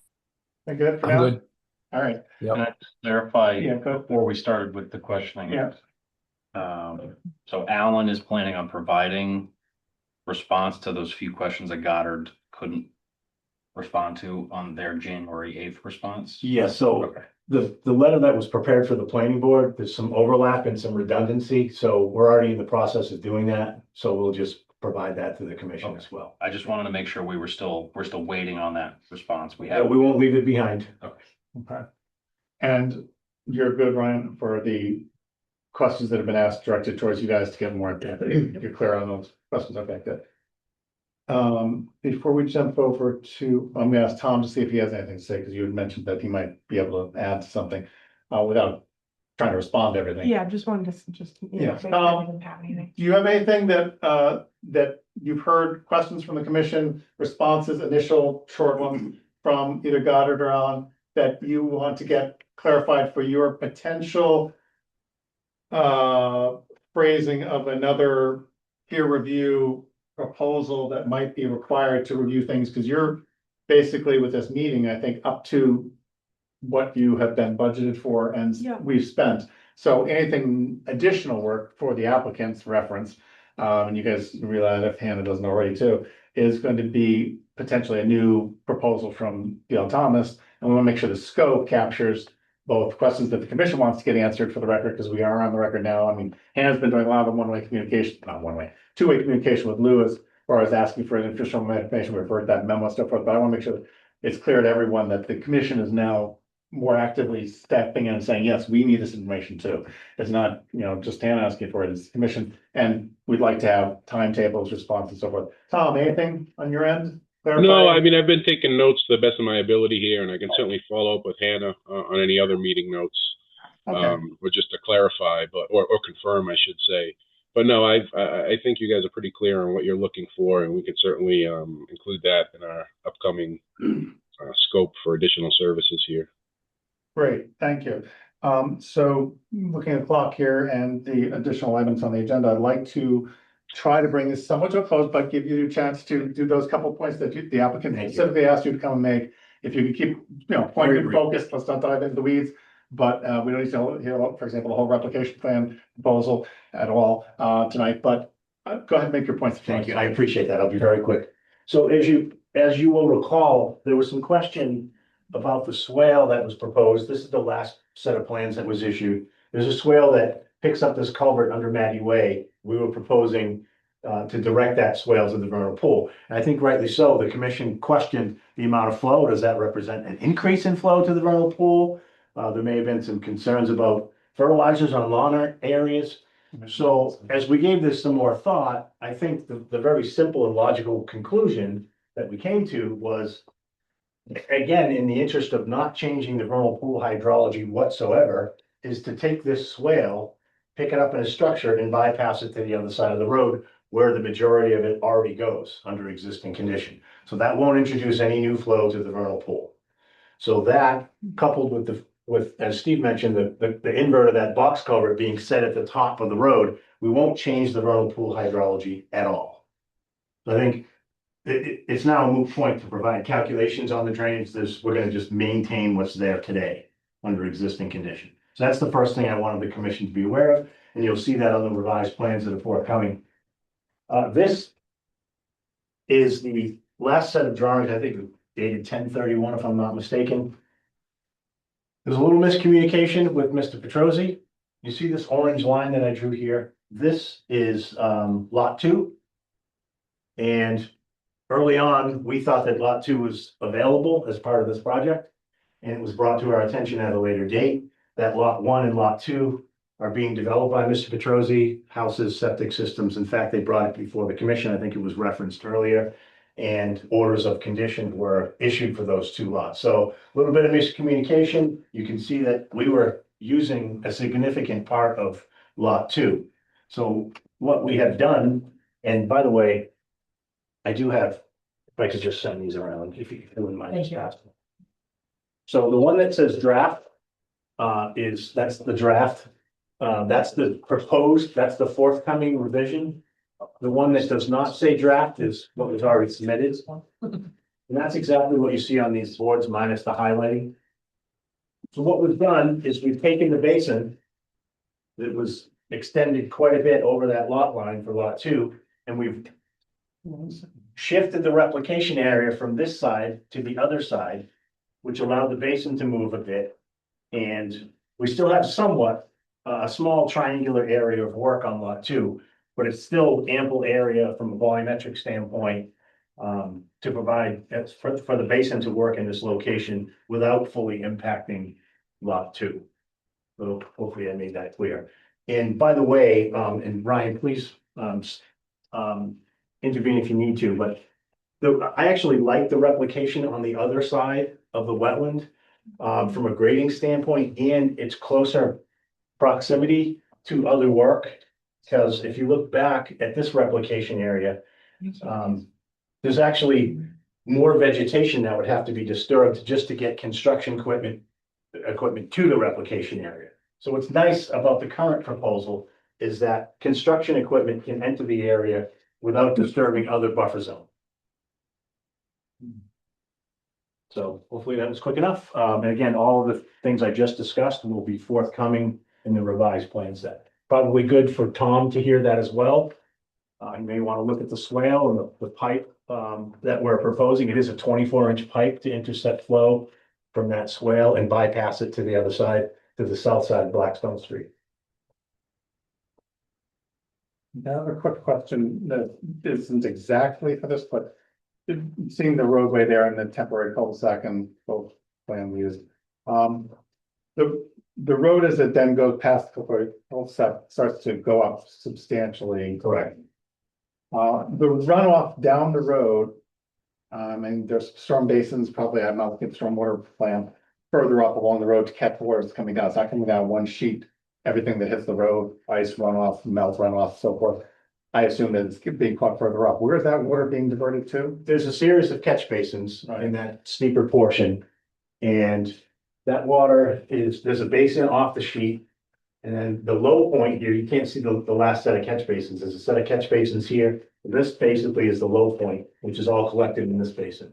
Okay, so nothing is projected or planned to be coming and going down the road and then having something divert and go up into the area of the vernal pool. That's correct. Everything is, the And- roadway is curved, everything is. But the curbing is closed drainage. also the lesser water flow function, because I just had some stuff, the Cape Cod berm, I believe is what you guys are proposing, which is basically just a little lip. It's nice that it's part of the paving as opposed to separate more, what do they call the raised 1.46 inch one? It's done after the fact and put on, this is another term for us, not Cape Cod berm. Just a bituminous berm. Bituminous, yeah, curbing, whatever berm. That has more potential for directing runoff and so forth. So right at the vernal pool, could you point that area on that one there, just the dark line The above? vernal pool is here. Okay, and that dark line right along the edge of the road there is the That's the retaining wall. retaining wall, which is retaining from the street level down, nothing vertically above it, or how far does it project up above the road, the retaining wall, Annie? I think I have those numbers here. Yeah, I didn't see it on this plan here, and I just. There's top and bottom of wall elevations, but it's hard to find, I think. So are you asking about the actual height of the wall? Above the road, if there is. So on the vernal pool side, at its highest point, it's just over 5 feet and it quickly diminishes to nothing. So it's about 5 feet at its highest point here, and then it transitions. And what's the overall length of that? Roughly. Roughly. Wall is about 300 feet. Okay. So what you have is a berm, then you have a shoulder that pitches toward the road. Then you have the wall itself, which has a slight reveal to it with a guardrail on top of that. So there's really no way for stormwater from the roadway to leave the roadway and enter the vernal pool. It's all in an enclosed drainage system. Right, and so make sure if it flowed and it was captured or blocked, then was diverted all to the south side where the detention basin is. So 5 feet down to nothing, over 300 feet. Part of which is the vernal pool area, but not all. It would be helpful if, I don't think it's shown on this, or maybe it's not, where the contours of the vernal pool are on that side of the road eventually, just with a red line, dotted line, something, doesn't have to be fancy, but because I don't think it's, maybe it is, I see vernal pool and wetland boundary, but okay, maybe that is on this one, I didn't see that before, okay. Okay, yeah, so basically the wall is covering the width of the vernal pool, more or less, It spans the length of the vernal pool but down to nothing. as it runs east to west. But down to nothing at the ends, and 5 feet is fine in the middle. I'm thinking of salting the road and so forth. Down the road, if salt are running up that road, if. You know, some of it's 5 feet high, but some of it's a foot high. The foot high stuff is gonna stop salt from spraying up that road. This road's way too narrow to not have a spreader eventually affecting it. Okay, but that's down the road for, literally, for questions, I guess. Anybody on the commission have any other questions based on what you just heard for those 3 points that the applicant wants to make about the detention basin, I'm sorry, the replication area and or detention basement movement? If you want to. I have one question on the updated plans and, well, actually I have two questions. Forgive me if you stated them. I was trying to follow along. The new basin design, that's meant to hold the same, I'm assuming, storage volume. Exact same volume.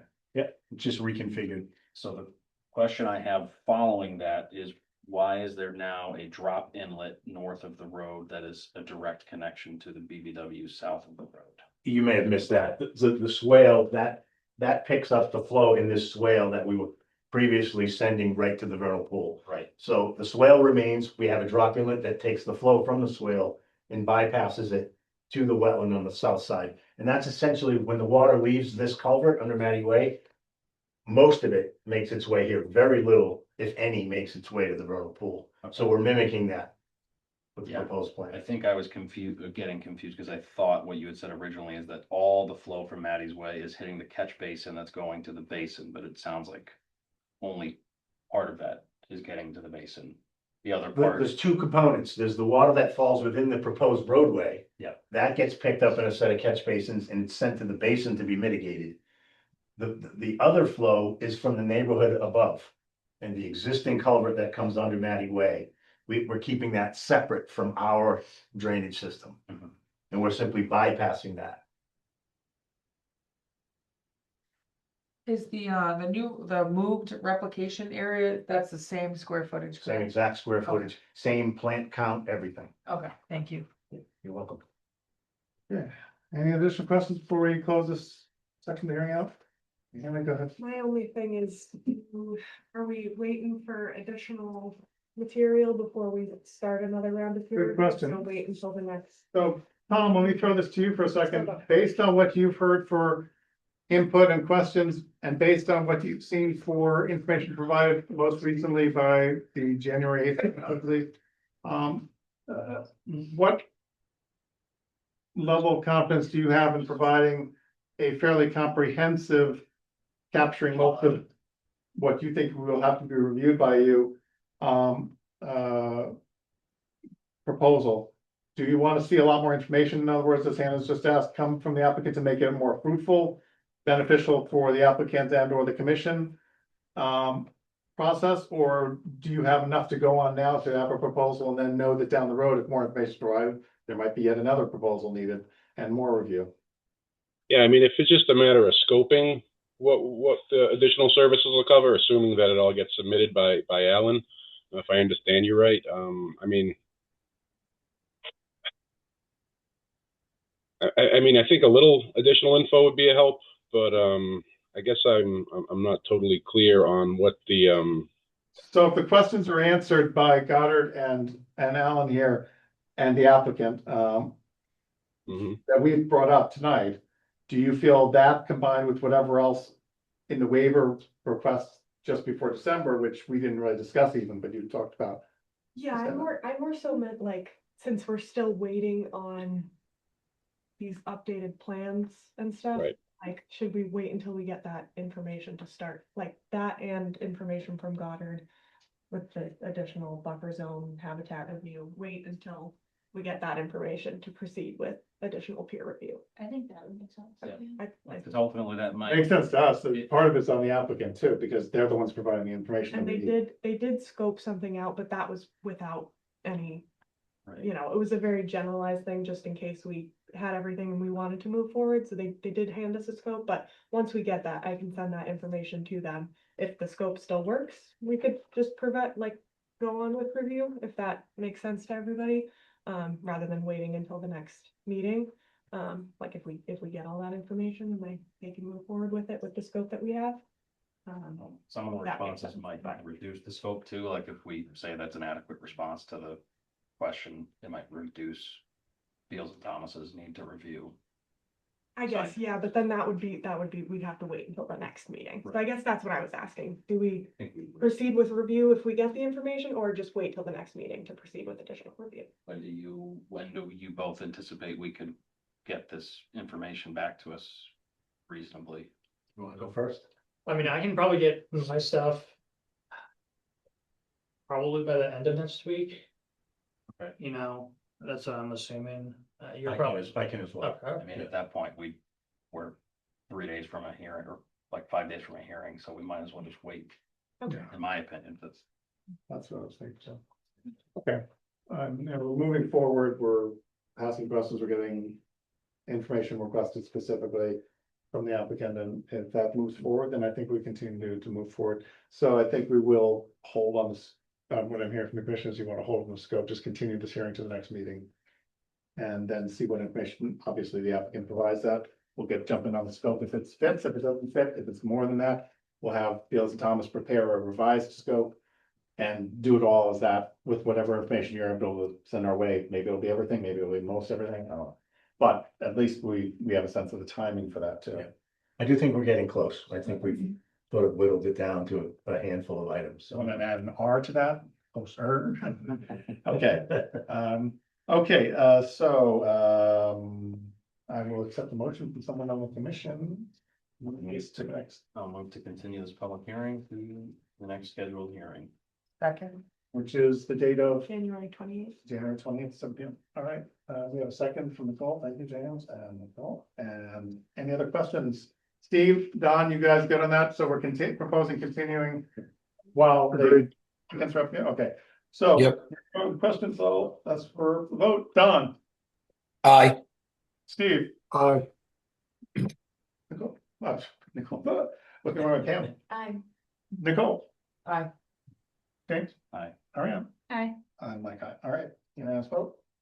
Continue to the evening of the 28.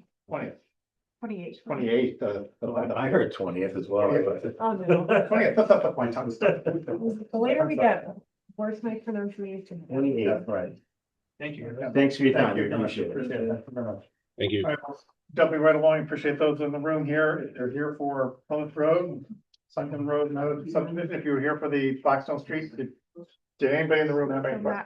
Oh, sorry. One second, I just, one quick question, what defines the 100-foot buffer zone from the vernal pool? Because that area changes dramatically throughout the season.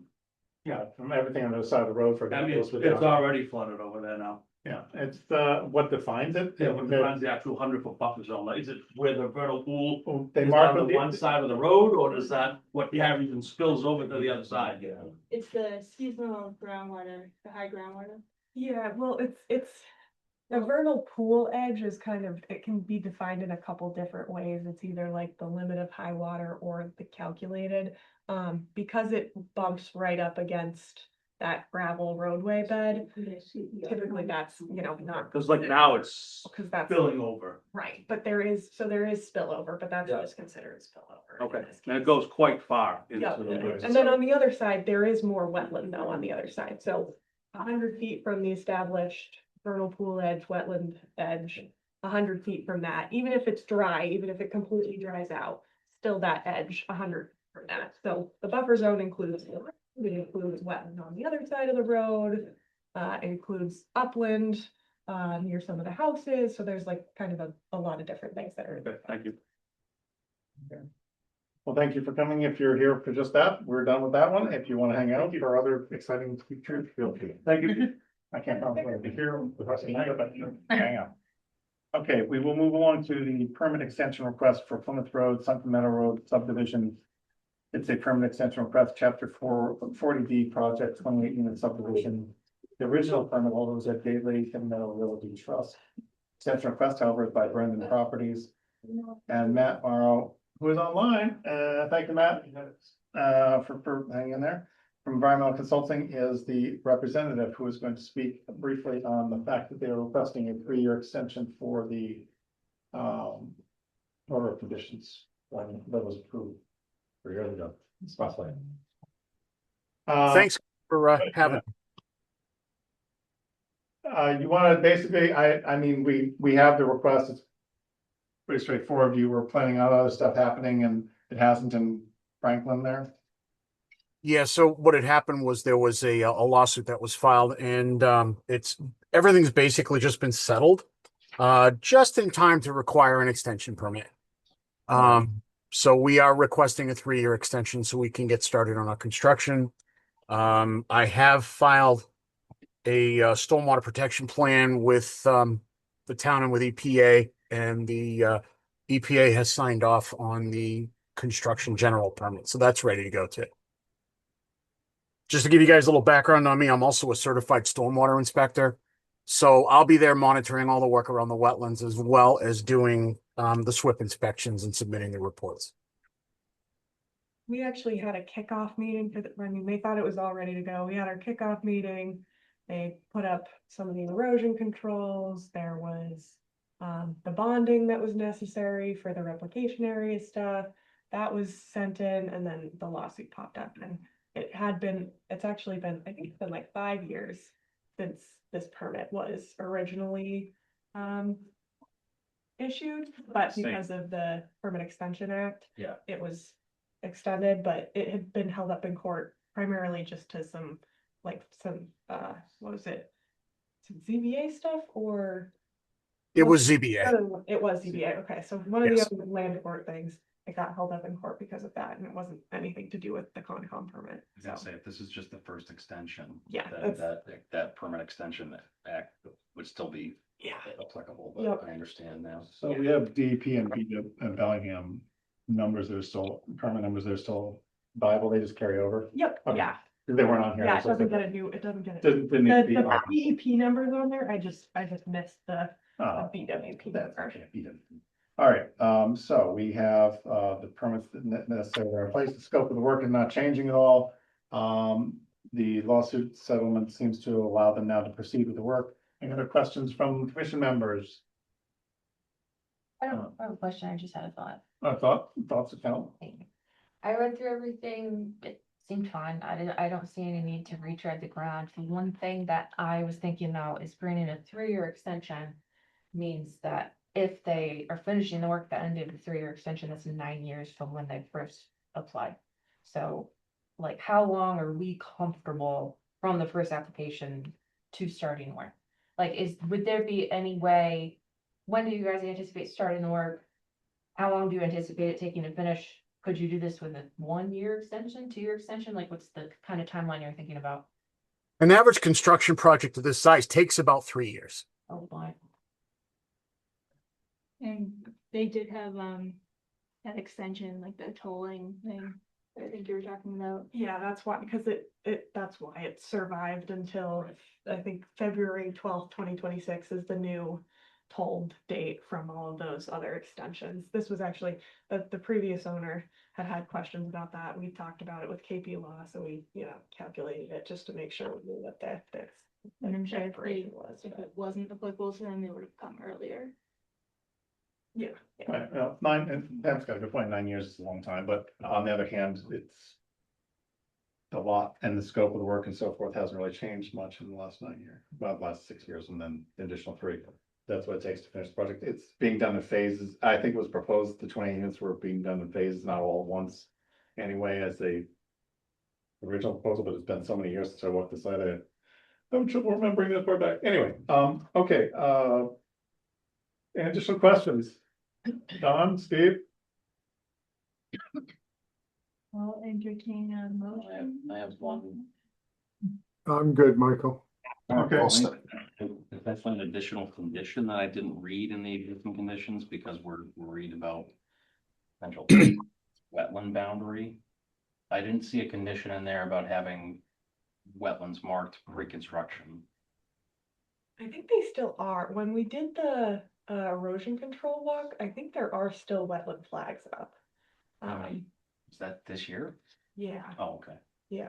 That was earlier this past year. So I guess there'd be no problem adding that condition that those marks have to be legible, like they have to be in the field for your because there's a condition on here on a pre-construction walk down. Can we go back and? Yeah, I was thinking Yeah, about that too. But, Happened to me for sure.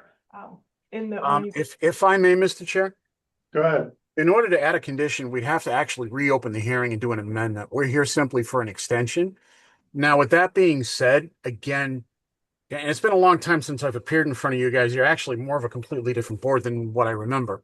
So to give you a little bit of a skinny on me, I've been in the business now as of January 7th for 40 years. I'm a certified professional wetland scientist, certified stormwater inspector, a former full-time agent, a current part-time agent because it never gets out of your blood. And I'm actually a conservation commissioner myself. I'm going to be on this site watching this area and making sure that everybody behaves themselves. So I'm more than willing to make sure that, the wetlands are accounted for and properly noted, during each phase of construction. Like an acceptable alternative to me. Yeah, I think the alternative of reopening the hearing and doing all that stuff does not appeal to, for something that hasn't changed, if the scope of the work had changed, it's one thing, but if it's delineation and we have somebody who's just not testified, but stated for the record that they are willing and able and qualified certainly to do monitoring and refreshing flagging if it's needed for the wetlands, just generation one, I'm satisfied, but that's up to the commission members. Don, Steve, what do you think? Well, I think we also have the right to be able to go in and do periodic inspections too. Hannah can go check We on still things. maintain So, that as part of the original Right. organization, yeah. so I'm fine with it. Yeah, you absolutely do. Okay. You absolutely have right of inspection. But, James, I'm not trying to overstep you. What do you feel? I'm one vote, Mike. I understand, okay. Do you have your questions answered? Anything Yeah, I don't think it was a question. No, it was a statement, okay, Dave, okay. Approve the 3-year extension. Okay, so we have a motion to approve the 3-year extension that's being requested as part of this hearing. Second. We have a second from Marianne. Any other discussion? Hearing none. Don, Aye. Steve, Aye. Pam, Aye. Marianne, Aye. James. Aye. Nicole. Aye. Okay, unanimous vote. Very good. You're good to go, Matthew. Okay, thank you very much, and I really look forward to working with you guys. Same here. Thank Thank you. you. Take care. Take care. Okay, Do those 3 votes that you need to do. sure. Ratification vote. You for want, while I'm Okay, so yeah, we do have the ratification vote needed for The emergency certification. the emergency certifications that we did, so it just sort of closes the loop. We talked about the Fox Run Road one at some length, those where the trees were close and the people were in here in the room, we agreed you got it back and so forth. But we didn't actually have a ratification vote about it. And then the 27 Barrett, I got a call from Hannah about that, that was like, the storm came through and up and one tree came down on this person's property, another one was hanging up imminent in their view. And while the trees were in or within the buffer area, they were accessible from Pierce's driveway, so it's not like impacting them. So I said, just go ahead and certify that. I signed off on that, but again, just closing the loop, saying we understand those were being done would be good. So I'll accept motions to ratify, to approve the emergency certifications for, I guess she said 3 votes, so I'll do them separately. 39 Fox Run Road. First, we have movement. Second. Movement and second, motion second, thank you. Any other discussion? Okay, I think everybody here can vote on this. I think everybody was involved or online. Don, Steve, you guys were both around for the Fox Run Road with people in the room? Yes. I don't want anybody voting out of, if they weren't there for the hearing, because I would, Was that, December? I believe it was in the December minutes. Let me see. I wasn't here. One sec, let's see. Was it other business? That was December 3rd. Was it? Because 27 Bear Lane says site visit 1-5. No, 39 Fox Run Road, inquiry on apologies. That was in the December 10th meeting, so Nicole, you should, okay, all right, that's fine, you can abstain. All right, so this is motion made, seconded, and we will now do the roll call vote. Don, Aye. Steve, Aye. Ariane, Aye. James, Aye. Nicole's abstaining because she was not present at the meeting, and Mike says aye. Okay. So that's that one. 27 Barrett Lane Emergency Extension Certification. It wasn't a meeting, it was just that they needed to be done. And it was pretty obvious it was an emergency. They had somebody who was qualified to take the trees out. And do you know if they got it done? No. They have not gotten They're going to get it done as soon as they can, but that was pretty straightforward from my aunt relayed to me. So I signed off on it, but it'd be good to have the approval. So I'll accept motion to approve the emergency certification for 27 Barrett Lane. So moved. Okay, second. Second. Second, Pam, thank you. Any other questions? No? Okay, all in favor, Don, Aye. Steve, Aye. Tim, Aye. Arian, Aye. James, Aye. Nicole. Abstain. You can vote. There was Oh, no okay. meeting, there was no Aye. meeting, it was just outside. Okay. Okay, it's sort of all trusting that Hannah and I knew what we were doing. Okay, that's unanimous vote. Annual report vote, we have to do. Right, the annual report was the third one, thanks, because I'm moving to the third one. All right, so I looked at the annual review report, I have one quick comment. And I do have to say, we did get some notes, I think yesterday, just for some formatting stuff. So if you look at the annual report and it looks slightly different than what you approved, it's just because we are formatting things slightly different than what I have in front of you right I'm now. gonna throw a fit if it. Standardizing But formats. it's, you changed the font. Yeah, so in the first paragraph where we talked about the annual report, it says, in addition, the commission meets with proponents, consultants, other town boards and consultants to provide guidance and input relative to specified interests. What I thought it might be nice to throw in town residents because town residents are somebody that we also interact with, and this is just an updated annual report. So it might be nice to throw that in there if we can. Proponents, consultants, residents, and other. Anywhere in there, town residents, yeah, or I was gonna say property owners, but town residents, they're number one with us. Well, Yeah, not everybody owns property that lives. right, that's why I didn't say property owners, I just said town residents and, you know, just to indicate that that's another group of constituents that we do respond. Then down at the bottom, there's nothing for an RDA in the reviewed filings, presentations, and attended site walks to perform necessary duties. But I thought there should be one when I flipped the page over and saw that we had approved one. We had issued one order of RDA, so I figured we gotta have one on the other side that we looked at. Resource. Order of resource delineation, I assume. Yeah, so RDA. that's, no, so that's an ANRAD. But which we also didn't have any, so what's happened a couple times, like, was it started previous year and then we issued it That's what I was the thinking, because we had next 18 year, of so them. there's really no way for me to, I'm just going based on, this was the first date versus this is when it was issued. I'm not like going in between, making sure all the math lines up to. Well, no, but I also, in the back of my mind, I said, we didn't review any RDAs in 2025. No, we did RDA, so request for determinate applicability. Oh, sorry. Yeah. So okay, so you're not matching up the, okay, Mhm. because I was like, well, if somebody's gonna flip that over and say, wait a minute, why did you do this, but not that? Yeah. Okay, just so we have an answer. It's 68 sidewalks. Yeah, and that was the one Well, question. I mean, I included You counted all yours. Yeah. blocks. Yeah. So that's not 68 individuals going out on site. No, I Wait a was, minute. I was thinking it was representative of the, I was like, we did 68.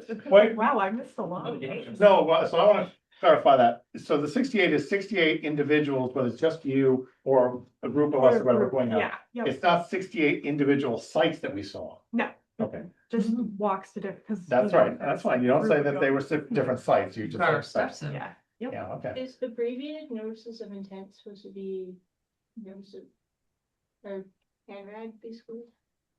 You know what? It was probably for both of them. I think it was probably, I'll also add ANRAD, because I don't think we reviewed any ANRADs or abbreviated notices of intent, so I think that just got left off.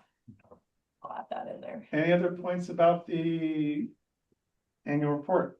Anything that you think we should be adding about the annual report? I mean, we don't talk about the open space stuff. I have a personal Enough, question. I think, but we will do more as we go forward. Yes, go ahead. It says my term ends March 2026. Do I need to do anything to? Yeah, Hillary will email it, and it'll just be, you have Okay. to get resworn in, because it's just when Neil's term, that was technically his ending. Yeah, no worries. I just wasn't sure if I was Yeah, gonna be yeah. Don't notified worry. or Yeah, can I no. expire and I'm kicked out. Yeah, they'll Like every other- notify every you. other All you thing have to up do is there. get research. That's what's First?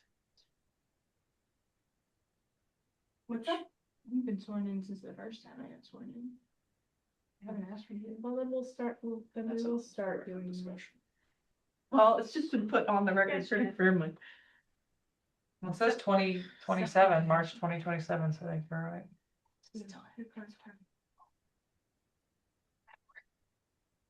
Hannah, Yes. Yep. are there any budget aspects, I don't think he's in San Francisco anymore. funds? No, Have you that seen? we should be putting in the annual report? I think that's all covered in the like finance report. I don't think we need to go into our individual budgets for this one. Okay. Yeah, I think finance does their own sector know, of for everything, premises, so yeah. they should include that in there. Nice space if we ever can afford it, but what property that we look at, we hope that somebody will donate for restrictions and so forth, because. it's too Or at least I expensive. haven't gotten any notes to say that we do need to include that, so I'm going off of what we Yeah, I have think we want to provide till we get. nice notes. narrative stuff and some Okay. numbers that we do, but Start charging like $5,000 an application. So the only notes So you we got start buying were some property. formatting related? Yeah. Play Monopoly. Yeah. Do you take this? Fake money.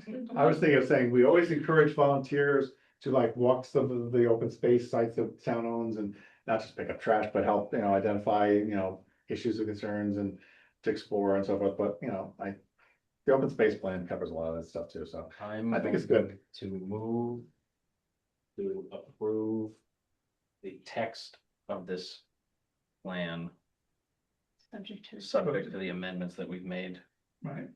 during Almost. Oh, this plan or this annual report? Because you said plan. annual report, sorry, I thought it was annual plan, yes. Annual report. Okay, so we have a motion to accept with the amended changes that we proposed and talked about. Text. Text to the text of Because the the, font might change and the format might You've change. moved it. and who were you playing screen? Which Steve. Florida? Florida man moved it, okay? It's snowing. Seconded it, sorry, we seconded it. You seconded it, yeah. Yeah, so Steve seconded it, thanks, James made the motion, okay, any other conversation? No, okay. Steve, Aye. Don, Aye. Dan, Ariane. Aye. James. Aye. Nicole. Aye. Aye, okay, great, yes, well, Can we skip this one again? Which one? would that we could. Oh, aquatic Bed vegetation. management permit. No, unfortunately, we have to talk about it a little bit. I know. Ariane found,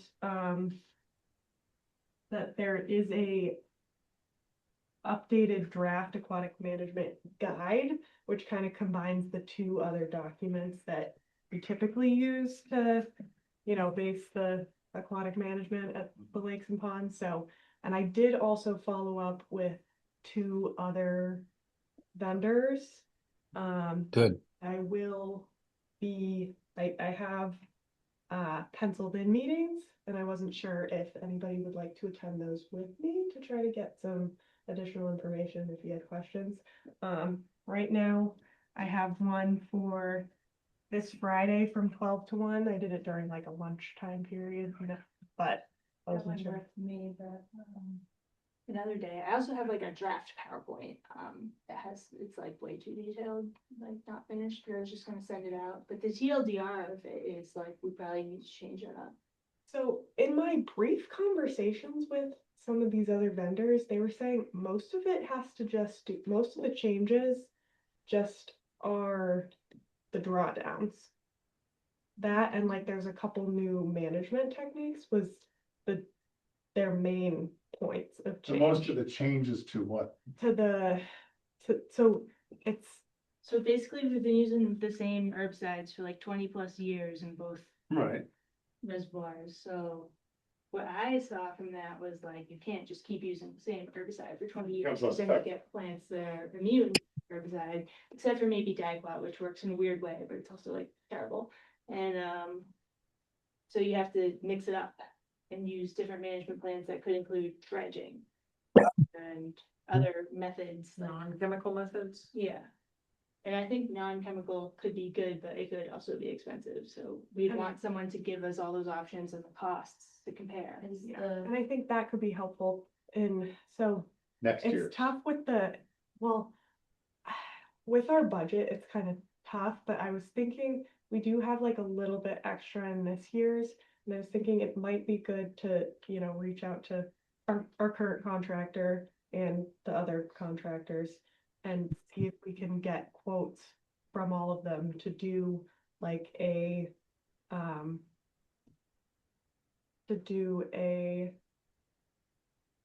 like vegetation survey, and then like give us recommendations and then also pricing models based off those. Is it possible to go like a year or 2 without applying anything if the number of aquatic species is low? I think you can, but especially at those like specific, so a lot of the times they don't, like in Silver Lake, they don't often do like the whole water body. That's every 2 to 5 years, depending on how treatment goes. And a lot of the time it's more just focused on those 2 recreation areas and only the recreation areas at Jenks. So a lot of the time, I mean, Jenks is, but it does come back pretty How long does the hard. chemical stay in the water? It depends on the. No, well, that's what I'm thinking. I'm like Yeah. how long does that stay But in there? How long does it they do have to go to that was something you brought up, that they do have to go to the like DEP and get that pesticide license every single year. So every year, the chemicals that they're proposing to use on each water body, they have to go get a permit for all of those chemicals for each water body each year prior to. Even if it's the same chemicals to the permission to put it on. What I didn't like is that it was like from 2006, so I'm like, I know you guys aren't using those chemicals. So, like, Yeah. at least Or there's like diligent I records think too, like as a that's pesticide applicator, I'm supposed to report to the state every single thing I spray, every like And the that's amount what I they're use, doing. yeah. That is what they're So- doing. Friday from 12 to 1. Yes, Friday from Here at 12 to town hall. 1. I was just gonna do a Zoom. Oh, Yeah, perfect. just gonna do. Hannah, Zoom. I can attend. You're gonna attend to, okay. Yeah, I'd like to. The other one was gonna Yeah. be 12 to 1 on Wednesday. So did another lunchtime one, just in case, because I know Pam often make those. Battling teenagers at that time. Yeah, Yeah. I can probably do both of those. and Okay. just check my meetings. Okay, all right. 60. Yeah, cause Okay. that was kind of my game plan, and then just, talking to them to see if they can, what that would look like cost wise, and like Ariane was saying, I think part of the reason we have mostly just done chemical stuff is because the cost is pretty prohibitive with some of the other stuff.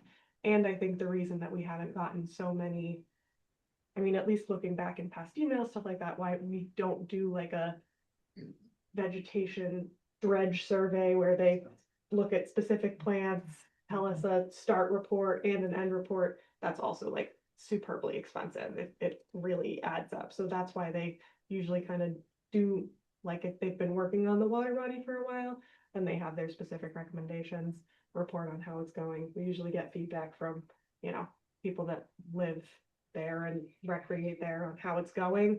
And that's kind of, for a little bit. And then it would be, I think, it's been a while since there's been a survey. I think it's been 5 years since there's been like a actual look at a report of this is what's there, this is what's after. Yeah, our open space plan is intended to get us funding for goals. Yeah. So maybe Yeah. that could be something that we would fund better. Well, I was gonna ask you, but Because my concern with too would be getting like a vegetation management plan from a licensed herbicide applicator. Like they're gonna be like herbicide. I mean, I'll be honest, I have not really seen, I mean, a lot of these places do herbicide, they do all of the stuff, like they don't just apply herbicides. And there's pretty limited companies that do all that work. I mean, I've been doing a lot of research and I have a question. Yeah. Is there any effective method that volunteers could help with? Like, is there any like They picking can lists? manually pick stuff out, but like. you gotta get tall versus short volunteers, tall There's versus actually shallow. studies on that, Like and the certain volunteers. plants are more effective. Bring than your others. waders. I mean, I would go down to the pond, pop on a life jacket and just pull up some weed. You know, like, it seems like a few people from the community were pretty interested in getting parts of this clear. I wonder if we can't I just afford feel it. like a lot of the town's fallen into disrepair. I because the sus- volunteers. I suspect in this Then case, there's a pond, Based so on the pull it open all up. space committee. I suspect the town I would, appreciate would say no. I bet the town will say no. We'll go bars and stuff. I'll tell you what, liability, funding wise. liability. They will not ask volunteers to go out wade in the water. One person drowns, slips, the town is sued because you have. So I can canoe in both of You those can say lakes, that, but they've but I always, can't go and pull up plants. yeah. I mean, they have volunteers out there picking up. I'm just saying, what I was gonna ask was, needles in what, it, like, I've not seen the town Concom budget. Bellingham. What percentage do you think of the town Concom budget is this? I mean, we run pretty lean in general. Oh, I know. So, I mean, I'm honestly not sure because we haven't gotten. How much did we pay last putting year? that You remember together. roughly, Oh, for the just the just aquatic? the aquatic stuff. I think it was like 9 for Silver Lake and 1,400 or 1,800 for Jenks. So about 10,000 is coming from the town already on a regular basis to treat this. Yeah. My question is, do we think we get any traction with the town, given their financial state overall? I don't know. To say, we're looking for and this is after getting numbers for mechanical and or surveying and so forth, for a much larger request for these two water bodies, which are recreational sources in towns, not one particular person's house, but it is a limited site. I mean, let the town selectmen and finance committee decide whether they think that the conservation commission could, and the town would benefit by dishing out $50,000 one year. Maybe not this year, maybe next year, but some sort of larger, for a one-time thing, because you don't do mechanical every year, or you don't do the surveys and come up with maybe mechanical, is it? But we can see whether there's any traction now, and of course, the news administrator in town is not gonna be the first person to give what he thinks the select board and or finance committee will do, but whether there's been even that kind of historical thing with a commission that is on a lean budget. We do not have a very big budget in town. Funding. To get, Why would we ask them to get funding? well, if you can get, what, you mean I mean, if we could Don't- get funding, that would be grants, great. absolutely, but I'm not volunteering one of us to come up with Give grant us stuff. alternatives And the town may be willing to kick up money, may not, they and may go just get say. We'd have to kick up money for a Bring the consultant. consultant, yeah, is also fun, yeah. It's just, I'm just like, it would definitely be, like, we could for sure work on that, but I Absolutely. personally would definitely need like probably some support people that were working on that specifically, just because, You need to hire a consultant that's specifically grant writing for you, essentially. yeah.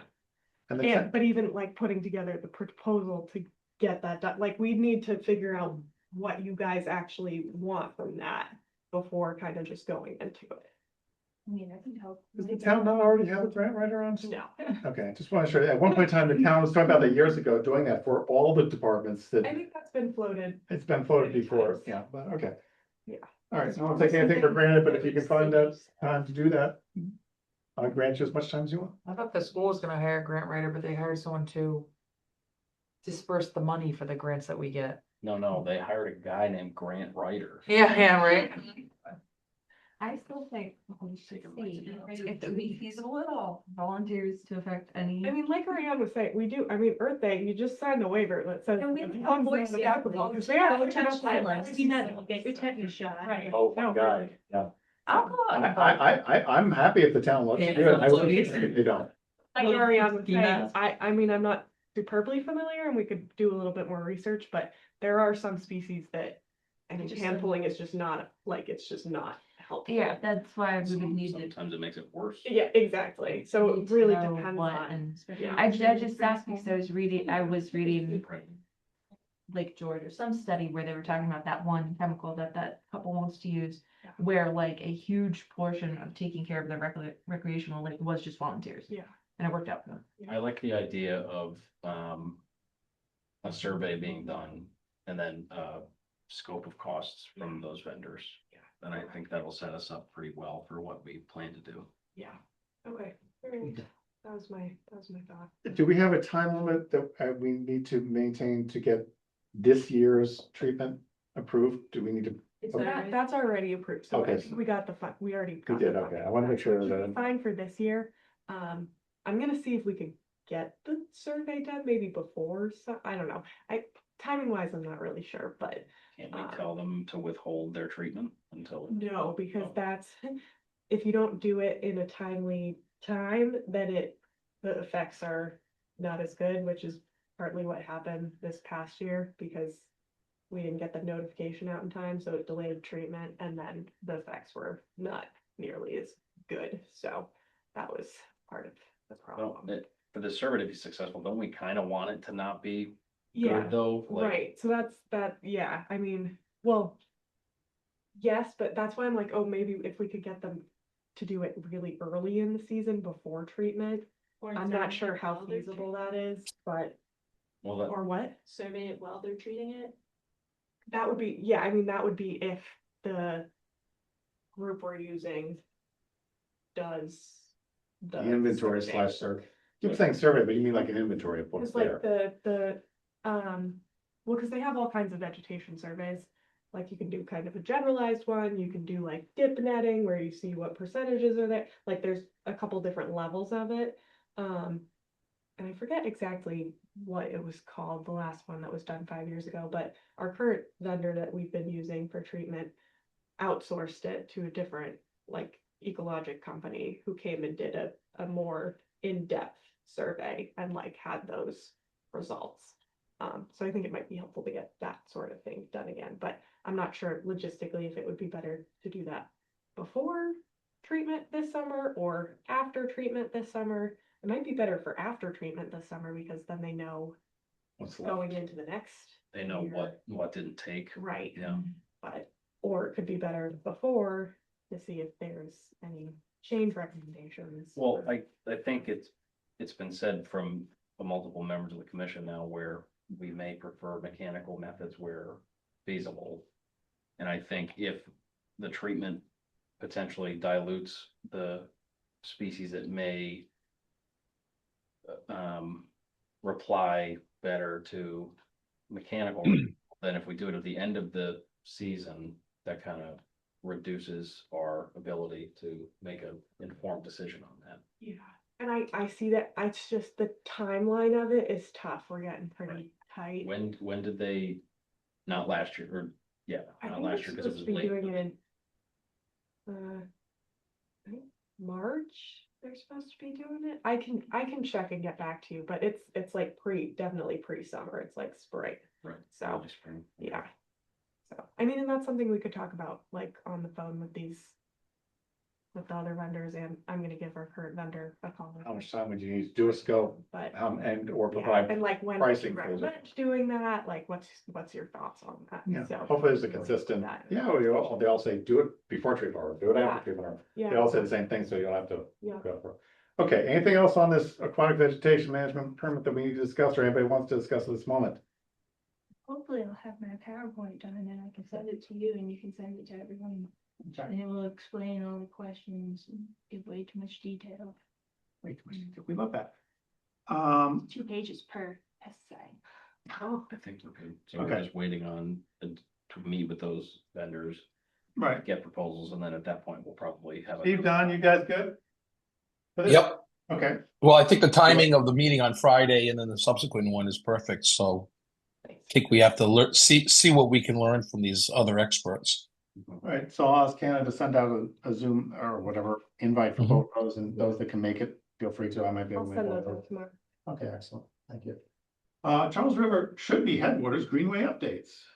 Yeah, I'm so it blanking. should be Charles Headwater anyway updates. I put River in there because Okay, that's normally what you put with Charles, but that's not correct. But so refresh me on what the Greenway updates are. yeah, so that's we've kind of briefly talked about this before, but now that this is like actually getting moving, I wanted to touch on it again. So CRMPC, so Central Region Municipal Planning Committee or Commission. What is, I don't know. Whatever they are. It's 9:30. My brain's dying. They applied for and received a $100,000 grant from Mass Trails. So that's in kind of partnership. I mean, they're like the lead organization on it, but in partnership with MAPC, Blackstone, Mendon, and Bellingham, to do a essential north-south off-road where possible greenway between major trail networks in the Boston and Central Mass region, linking the Milford Rail Trail, Upper Charles Trail, and Bellingham with significant interstate trails in the south, such as Blackstone River Bikeway, Greenway, and SNET. So we're moving forward with that process. They put out the RFP. We got 9 proposals in. We've been going over the proposals, and there's going to be interviews for the chosen candidates in I think 2 weeks This is an RFP for permitting scope. for a feasibility study. Okay. Yeah, so we got a lot of different proposals and a lot of different groups on board. But I just wanted to bring it up because just start thinking about that. If there's anyone else, we want to get involved, because there's going to be, stakeholder input at the start of this. It's probably going to, be kind of kicking off in April and, getting people on it. But Do you have the list of the vendors? of what? The vendors that applied to be part of that RFP? Yeah. Can I have that? Would this be like extending like the SNET trail, like through to Blackstone, like that area that's not finished kind of thing? Okay. Yeah, going up through Blackstone into Medway and then up into Bellingham and then hopefully going all the way north. So It's not just like ends. yeah, So yeah. So that's part of their. I think it ends like right under 126. Well, it crosses over, but it definitely needs a lot of improvement over there. Yeah, it's like a dirt road, like Yeah, gravel. It's like closes in on you. 3/4 inch gravel. Yeah. Do you have any other, because I'm, thinking of people that would want to be, involved in any conversations when they want to get local input, and thinking Concom, Open Space and Recreation Committee, Parks Committee, Select Board, other local groups like Franklin Bellingham Rail Trail Committee, any biking or trail groups local in town, just landowners, abutters in that area. And if there's, anybody else you're thinking of that, that would want to potentially get involved, well, I can make sure they're on whatever contact list we have for that. So Okay. that was it for that. How many people at this point in time think that they want to go to the MACC annual conference? I want to, I can't. Can't. Please go. I'm doing a workshop. Please go. Workshop, tackle them from the back of the room. Please go. I can go. Okay, so if you want to go, you need to let Hannah know. Your company's Like sponsored that? part of That's it. 29, fine. Okay, Hannah will then, Yeah, so, I will. Hey.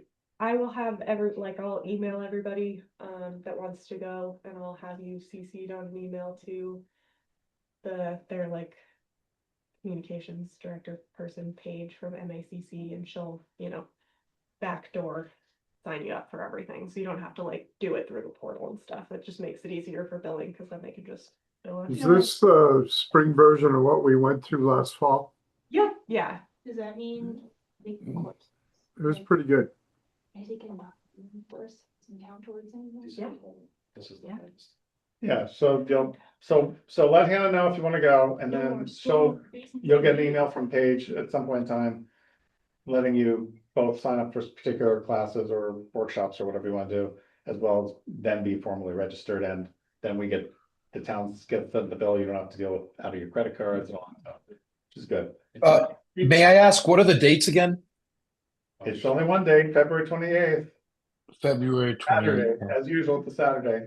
It's at Holy Cross. Holy Cross, 8 a.m. to 5 p.m. Once people know who's going, we can talk about maybe if someone wants to carpool. It's nice to I don't think I'm wrong. somebody if you make it. But, It's a lot of fun for anyone who hasn't been. yeah, been to the and they last serve a really great lunch. Yeah. Yeah. However, you Yeah, have to be prepared to do stairs if you don't want to take the van. I'll put to. Depending on the weather, that's tricky because those stairs are not well They're maintained. narrow and they're granite and they are slippery. And they don't salt and bathe in. I mean, it's passable, but it's in a lot of cases, if you've never been there, it's a good workout. But it's a good show, and then they do have a nice exhibit display area. You'll see a lot of some of the vendors we deal with and some are heard of and stuff like that, as well as state and others. There's a lot of cool vendors there that do like different, like novel methods of like erosion controls, or different vendors that do like veg replication work that you can get up close and personal with and ask them specific questions. There's a lot of good firms that go. Yeah. There's also a student poster section they're doing, and that's always. Oh, cool. Yeah. Quite a variety of things. That's nice. So, yeah. Last time Mike and I took Hannah out to karaoke, she was a knockout. I bet. Yep. Well, Damn, I wish I could go. all good. Okay, so cover that, OSRP, Steve's back from his vacation. yeah. Yeah. Somebody is out for something sick, I hope you just get better and not have to travel so much. OSRP update. Yes, so we got a conditional approval letter from the state, but some of the conditions are, we gotta do some work to get it to be. About the environmental justice. Yeah, so we gotta do some work on it, but it conditionally approved, so that's I thought good. they said that we didn't have to, that we could follow the old version, because the environmental justice one was specifically in the new version. No, there was a section, but I just thought that it was fine if. All right, well, We can talk about that after. we're making but- progress, we're tweaking it, that's good. Thank you for all that work on that too. That's a lot of work. Vacation schedules, other than Steve, who's obviously taking plenty of vacation right there.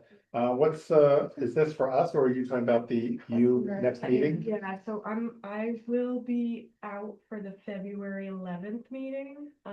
Rob can cover. Want to. No one can ever But replace I Hannah. was gonna float, I don't know if I've. Are you seen traveling in with past meetings, Steve, or? I've seen in past meetings, when Cliff and Ann had stuff, they would just Not me. not meet, so. Especially if the agenda's Just not put super that heavy. there as an We're in option. advance of scheduling anything for that agenda, so. We aren't required to have, it's just the way it's scheduled now, two meetings a month. We will have one on there's no holiday or anything at the 25th, right? No, there's nothing. Okay, so we definitely would have that one meeting that month. What do you all think? Do you wanna Cancel without Hannah. That's my opinion. show our I'm off the- ultimate faith in Rob in everything planning board related, but I think the vice chair should take it. I mean, Oh, we don't have to like make a decision today. We could also wait to see what our potential agenda looks like at the next hearing, because at that point we'll know what's on the next agenda. So I feel like if we did it today, then that next meeting. we would not Pushing schedule everything anything. to the following one. I would definitely say that even if we're not sure what the next agenda and we don't vote to skip that meeting, that we would want to try to avoid putting one or two things on there where we just have one or two, a light agenda. I'd rather just push and make it a little heavier at the end of the month.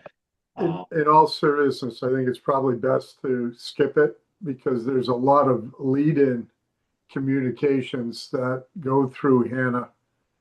Like a That would be a real struggle. Right, and that still falls outside of the need to do anything about meetings that we've just continued, Blackstone Street in particular, which might be heavy on information and back and forth with Hannah involvement, so we're avoiding that one, because that's gonna be the January 28th. Do we have any meetings scheduled on the 11th right now? No. No, and I think we should probably. All right, so, Unless Rob really wants to, what? unless Rob really wants to. I think I can vouch and say I don't think he does like you guys, but I don't think he really, I don't think Well, he's you like. said- I really, really like it. Very specifically can cover, Right. Yeah. not Rob will cover, so I Correct. Third. Well, especially He's happy to. do you but I remember felt- that he's going You the read next, between the lines. Happy to. just remember the next night he's going to be on for planning board probably, Yeah. so. Right. It's not like he's, Not for- Yeah. And he's also got bylaw review, Hell yeah. Right. which I sit on, Don and I sit on together.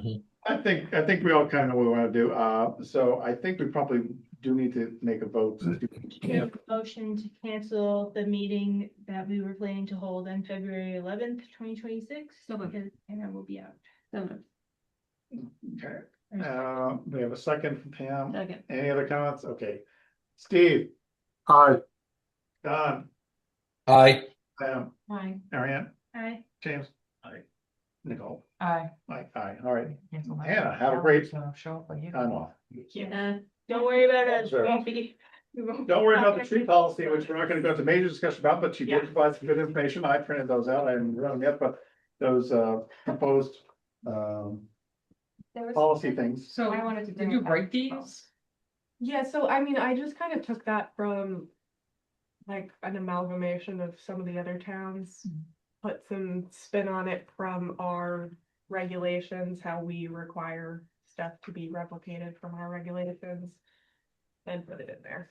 So, It looks good. I haven't I briefly read it over. I haven't really done anything. but yeah, I mean, you don't have to go into anything tonight. I definitely wanted more of your feedback. Yeah, I'll definitely go through it with a fine tooth comb, but also like I was talking to James earlier, like, is the idea that one of us goes like and just does a site visit and brings back to the board their findings and then we talk about it during a meeting and vote instead of No. all the other steps, or? So this would be in limited cases being able to administratively approve stuff. Without meeting? Yes. Sort of like we did with So the, we can not do that policy, 27 but Barrett. it's just, yeah, there's been situations that have come up where somebody's like, there's a house leaning out, like, Mhm. do we need to wait? Do we need to do the whole emergency certification thing? Like, I wanna trim a couple branches, do I need to do this whole process for this? I've gotten a lot of feedback primarily about trees, about it being. I mean, like, I wouldn't mind a doing new this. Process. Yeah, I wouldn't mind doing this as a certified arborist, like, and like filling out, like, if you came up with like a form that I would fill out, that I could have proof and bring it to you guys or something, and. I think helps to have your expertise, but I would also hate to like have you be the person doing the evaluation versus having them come in with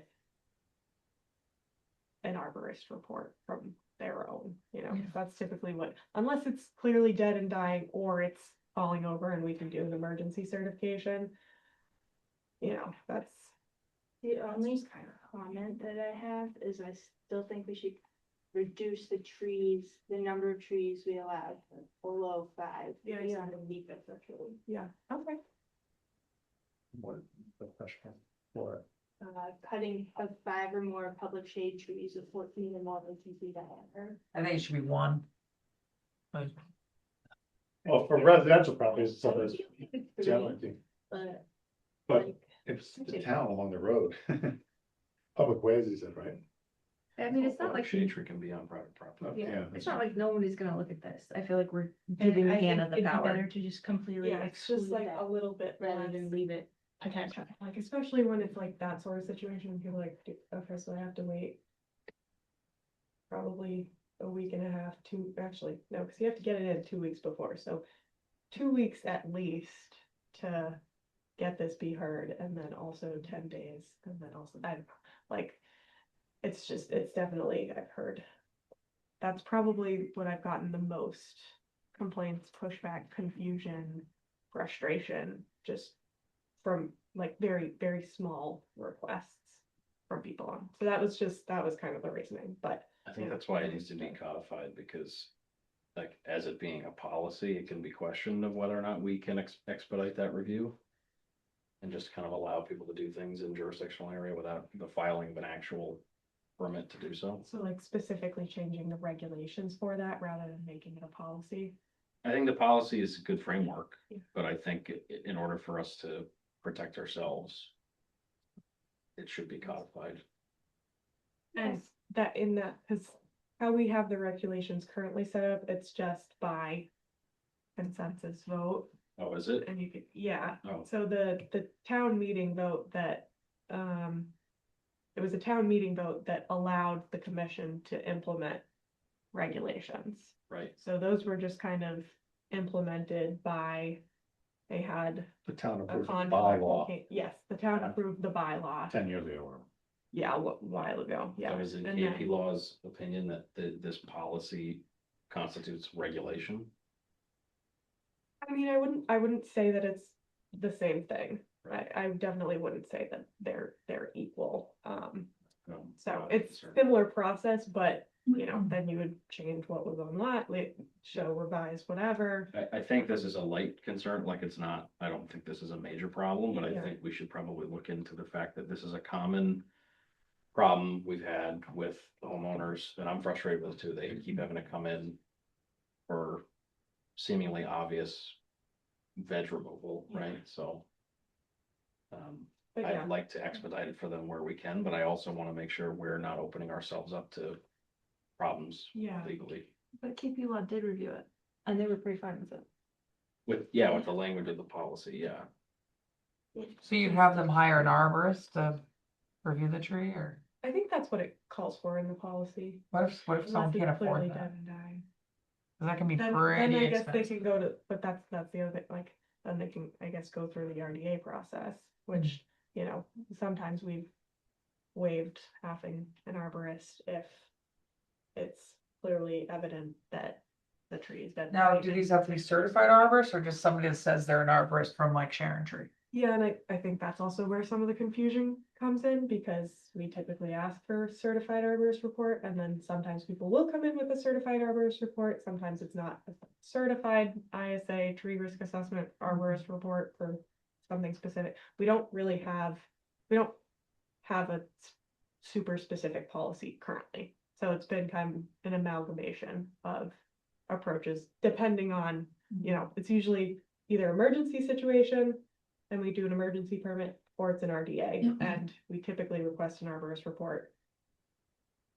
And sometimes they will, sometimes they won't, sometimes they Sometimes can't. that people come in with emergency kind of thing, and we've said to them, do you have a contractor lined up who's giving you proposals to take this tree up that you know can do it? And can they do it from the driveway versus the road for that? And handwork and stumping and so forth. And we're talking about the technicalities, but then we might say, and did they certify it? Or, you know, can you get a certification? And the person might be confused, like, do I get it from Sharon Tree, or do I go out to somebody? So yeah, giving them the options, or telling them that it needs to be a certified person. We don't want to provide resources like say, okay, you can go to these people, but sometimes if somebody comes back and says, as you said, Nicole, they can't afford an arborist. They $800. I can't afford $800. The tree's gonna cost. Well, I'm $1,000. just wondering, because Then- I don't mind, like, I don't want to like sign myself up for Totally. every single day, like going out to people's properties, but like, I don't mind doing it. I'm just wondering, like, I mean, they're not paying me for it, obviously, like, as a commission member and a certified arborist, like, could I make those calls? Ask Like, KP Law to see Yeah. what they think about Like, is that. there, I like, just some wouldn't wanna conflict of put your- interest? 'Cause Yeah, I I don't just really wouldn't wanna care. put your certification in over your face, you know? Right, Yeah. and I also am asking you to do a lot more of those potentially. If we make Obviously, I it, wouldn't be getting paid for. right, no, but I'm saying if not, if people can afford it and they don't question it, tell them, get a certified arborist and we spell out what that means and so forth and get that clearly codified, as James saying, and put in writing. I think that's great, but then you could also create a category on one of these forms, hardship case or something like that, or put something in a minor form, not make a big deal of it. If a potential property owner has a situation that's serious and they cannot meet the requirement to have an arborist provided for financial reasons, they should then approach the commission directly, blah, blah, blah, blah, blah. Yeah, I mean, I think it's which is, I think is kind of how we have it, where if you don't fit these specific things, then just come to us with an RDA, Yeah. which is. Or, you know, I mean, I don't. Specifically say that. Yeah, Just say, call that out. lay out. I would just call that out, and say, Yeah. if you can't meet these requirements, then come see us and apply as an I RDA. don't mind, like, I already kind of dedicated myself to this commission, so if someone, But we you know, should also like, make should sure, utilize my skills. you know, that we have something in place. Yeah. Should you not. Yeah, have like, this I want to in know place. legally if I can do it, like, I don't want, you know. But, and also, like, if something happens and Mhm. you can't, we should still have a policy in place that's not all on Nicole's shoulders. for Yeah. Being able to provide that I have a certification. question. Hmm. Is this like binding in that if the person's situation fits this? Like, let's say that their situation fits this and you go out there and it's something like really wild and you're like, I think this needs an RDA. You can, Yeah, no, Okay. totally, and I think it's pretty spelled out that it's, you know, it's these specific scenarios, but if something happens and that, like, I would have the discretion to be like, nope, you need an RDA. Okay. That's always an option. Yeah. If there's any question about. I was making it tougher, they have to come in for a review is safer than sorry, Right. unless the tree falls down. In this case, no. Anyway, okay, anything else on this tree policy stuff? If the information you recently put in the portal, feel free to look it over some more. I think maybe if we can, as Hannah seems to be suggesting, and James and some other members, that the more specificity we can put in there, at least initially, and then through, parse around, square around, to make it as clear as possible, not overly complicated, but specific and clear as possible for those people that are coming to Hannah in droves. And I do think it's very important to specify specifically, like, well, that's just redundant. yeah. I'm tired, Say it okay? again, say it again. That the person is state certified, like certified, Massachusetts certified arborist, ISA certified arborist, track qualified if necessary. Because there are a lot of people that are like, yeah, I'm an arborist, but they don't have qualifications, they're a tree cutter, you know? We So I can, do we think can it's definitely important. get it. up. Because then that opens up to like just people that have an interest in doing the work, Mhm. you know, that are going to be paid for it. Yeah, I'm an arborist, and then they get the job, Tell you me. know? The only, Come to us and do that. I know we all wanna leave. The only other thing that I had Fun. that didn't make it onto here was, okay. 15 Cranberry Meadow, do you remember that guy?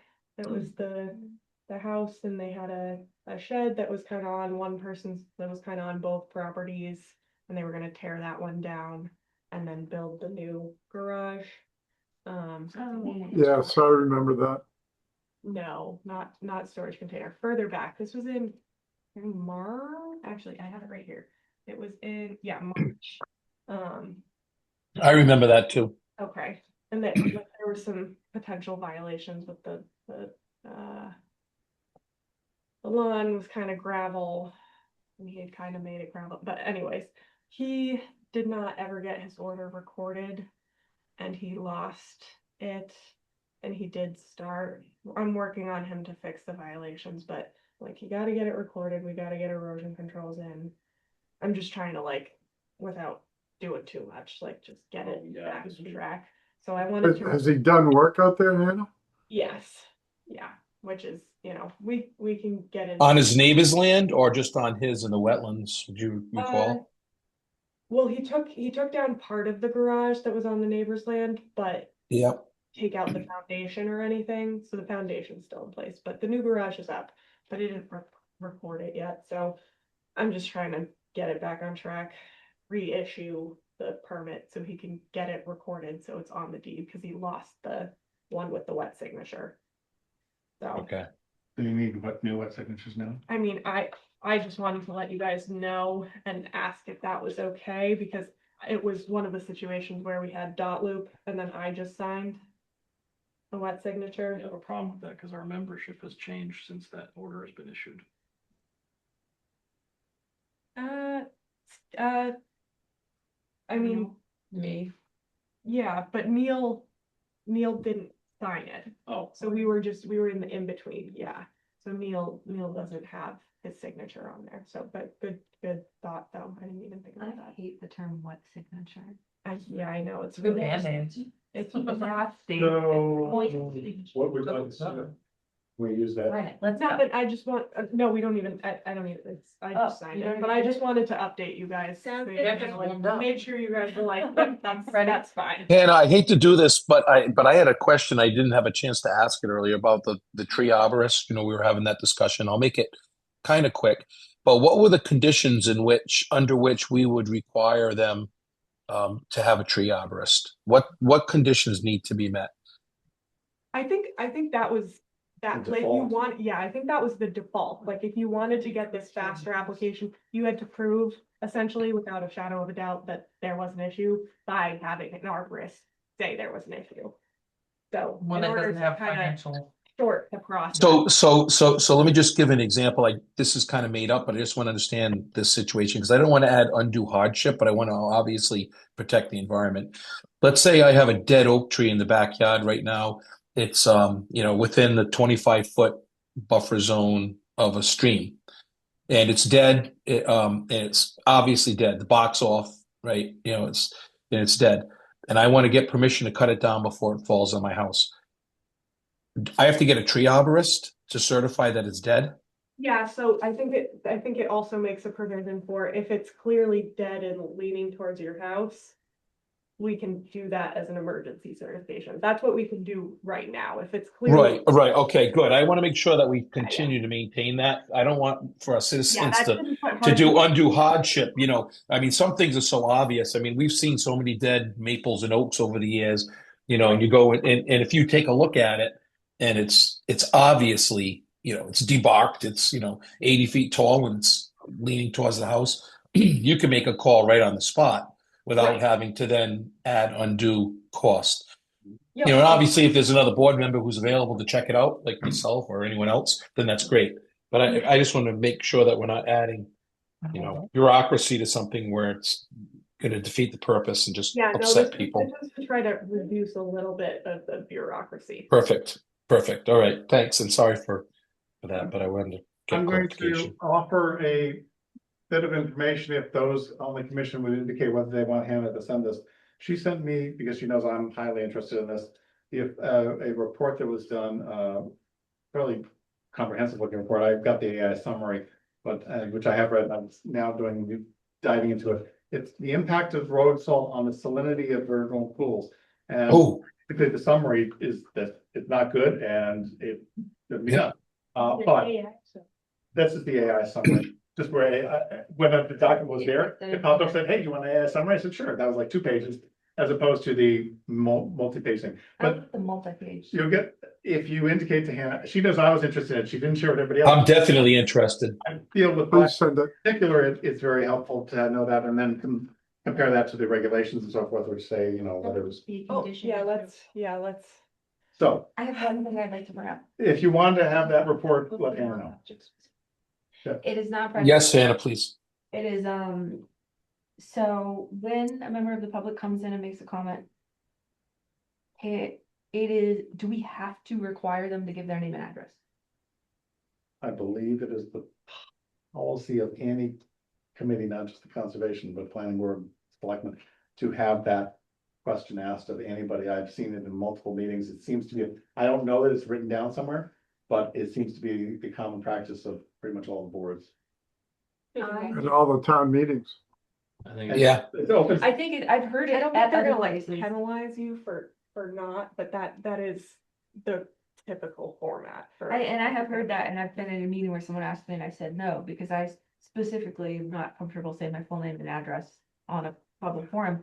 And I just want to make sure that we can offer that to. Well, I people. know You're not on the penalty of perjury when you're just a commenter, so you could just lie.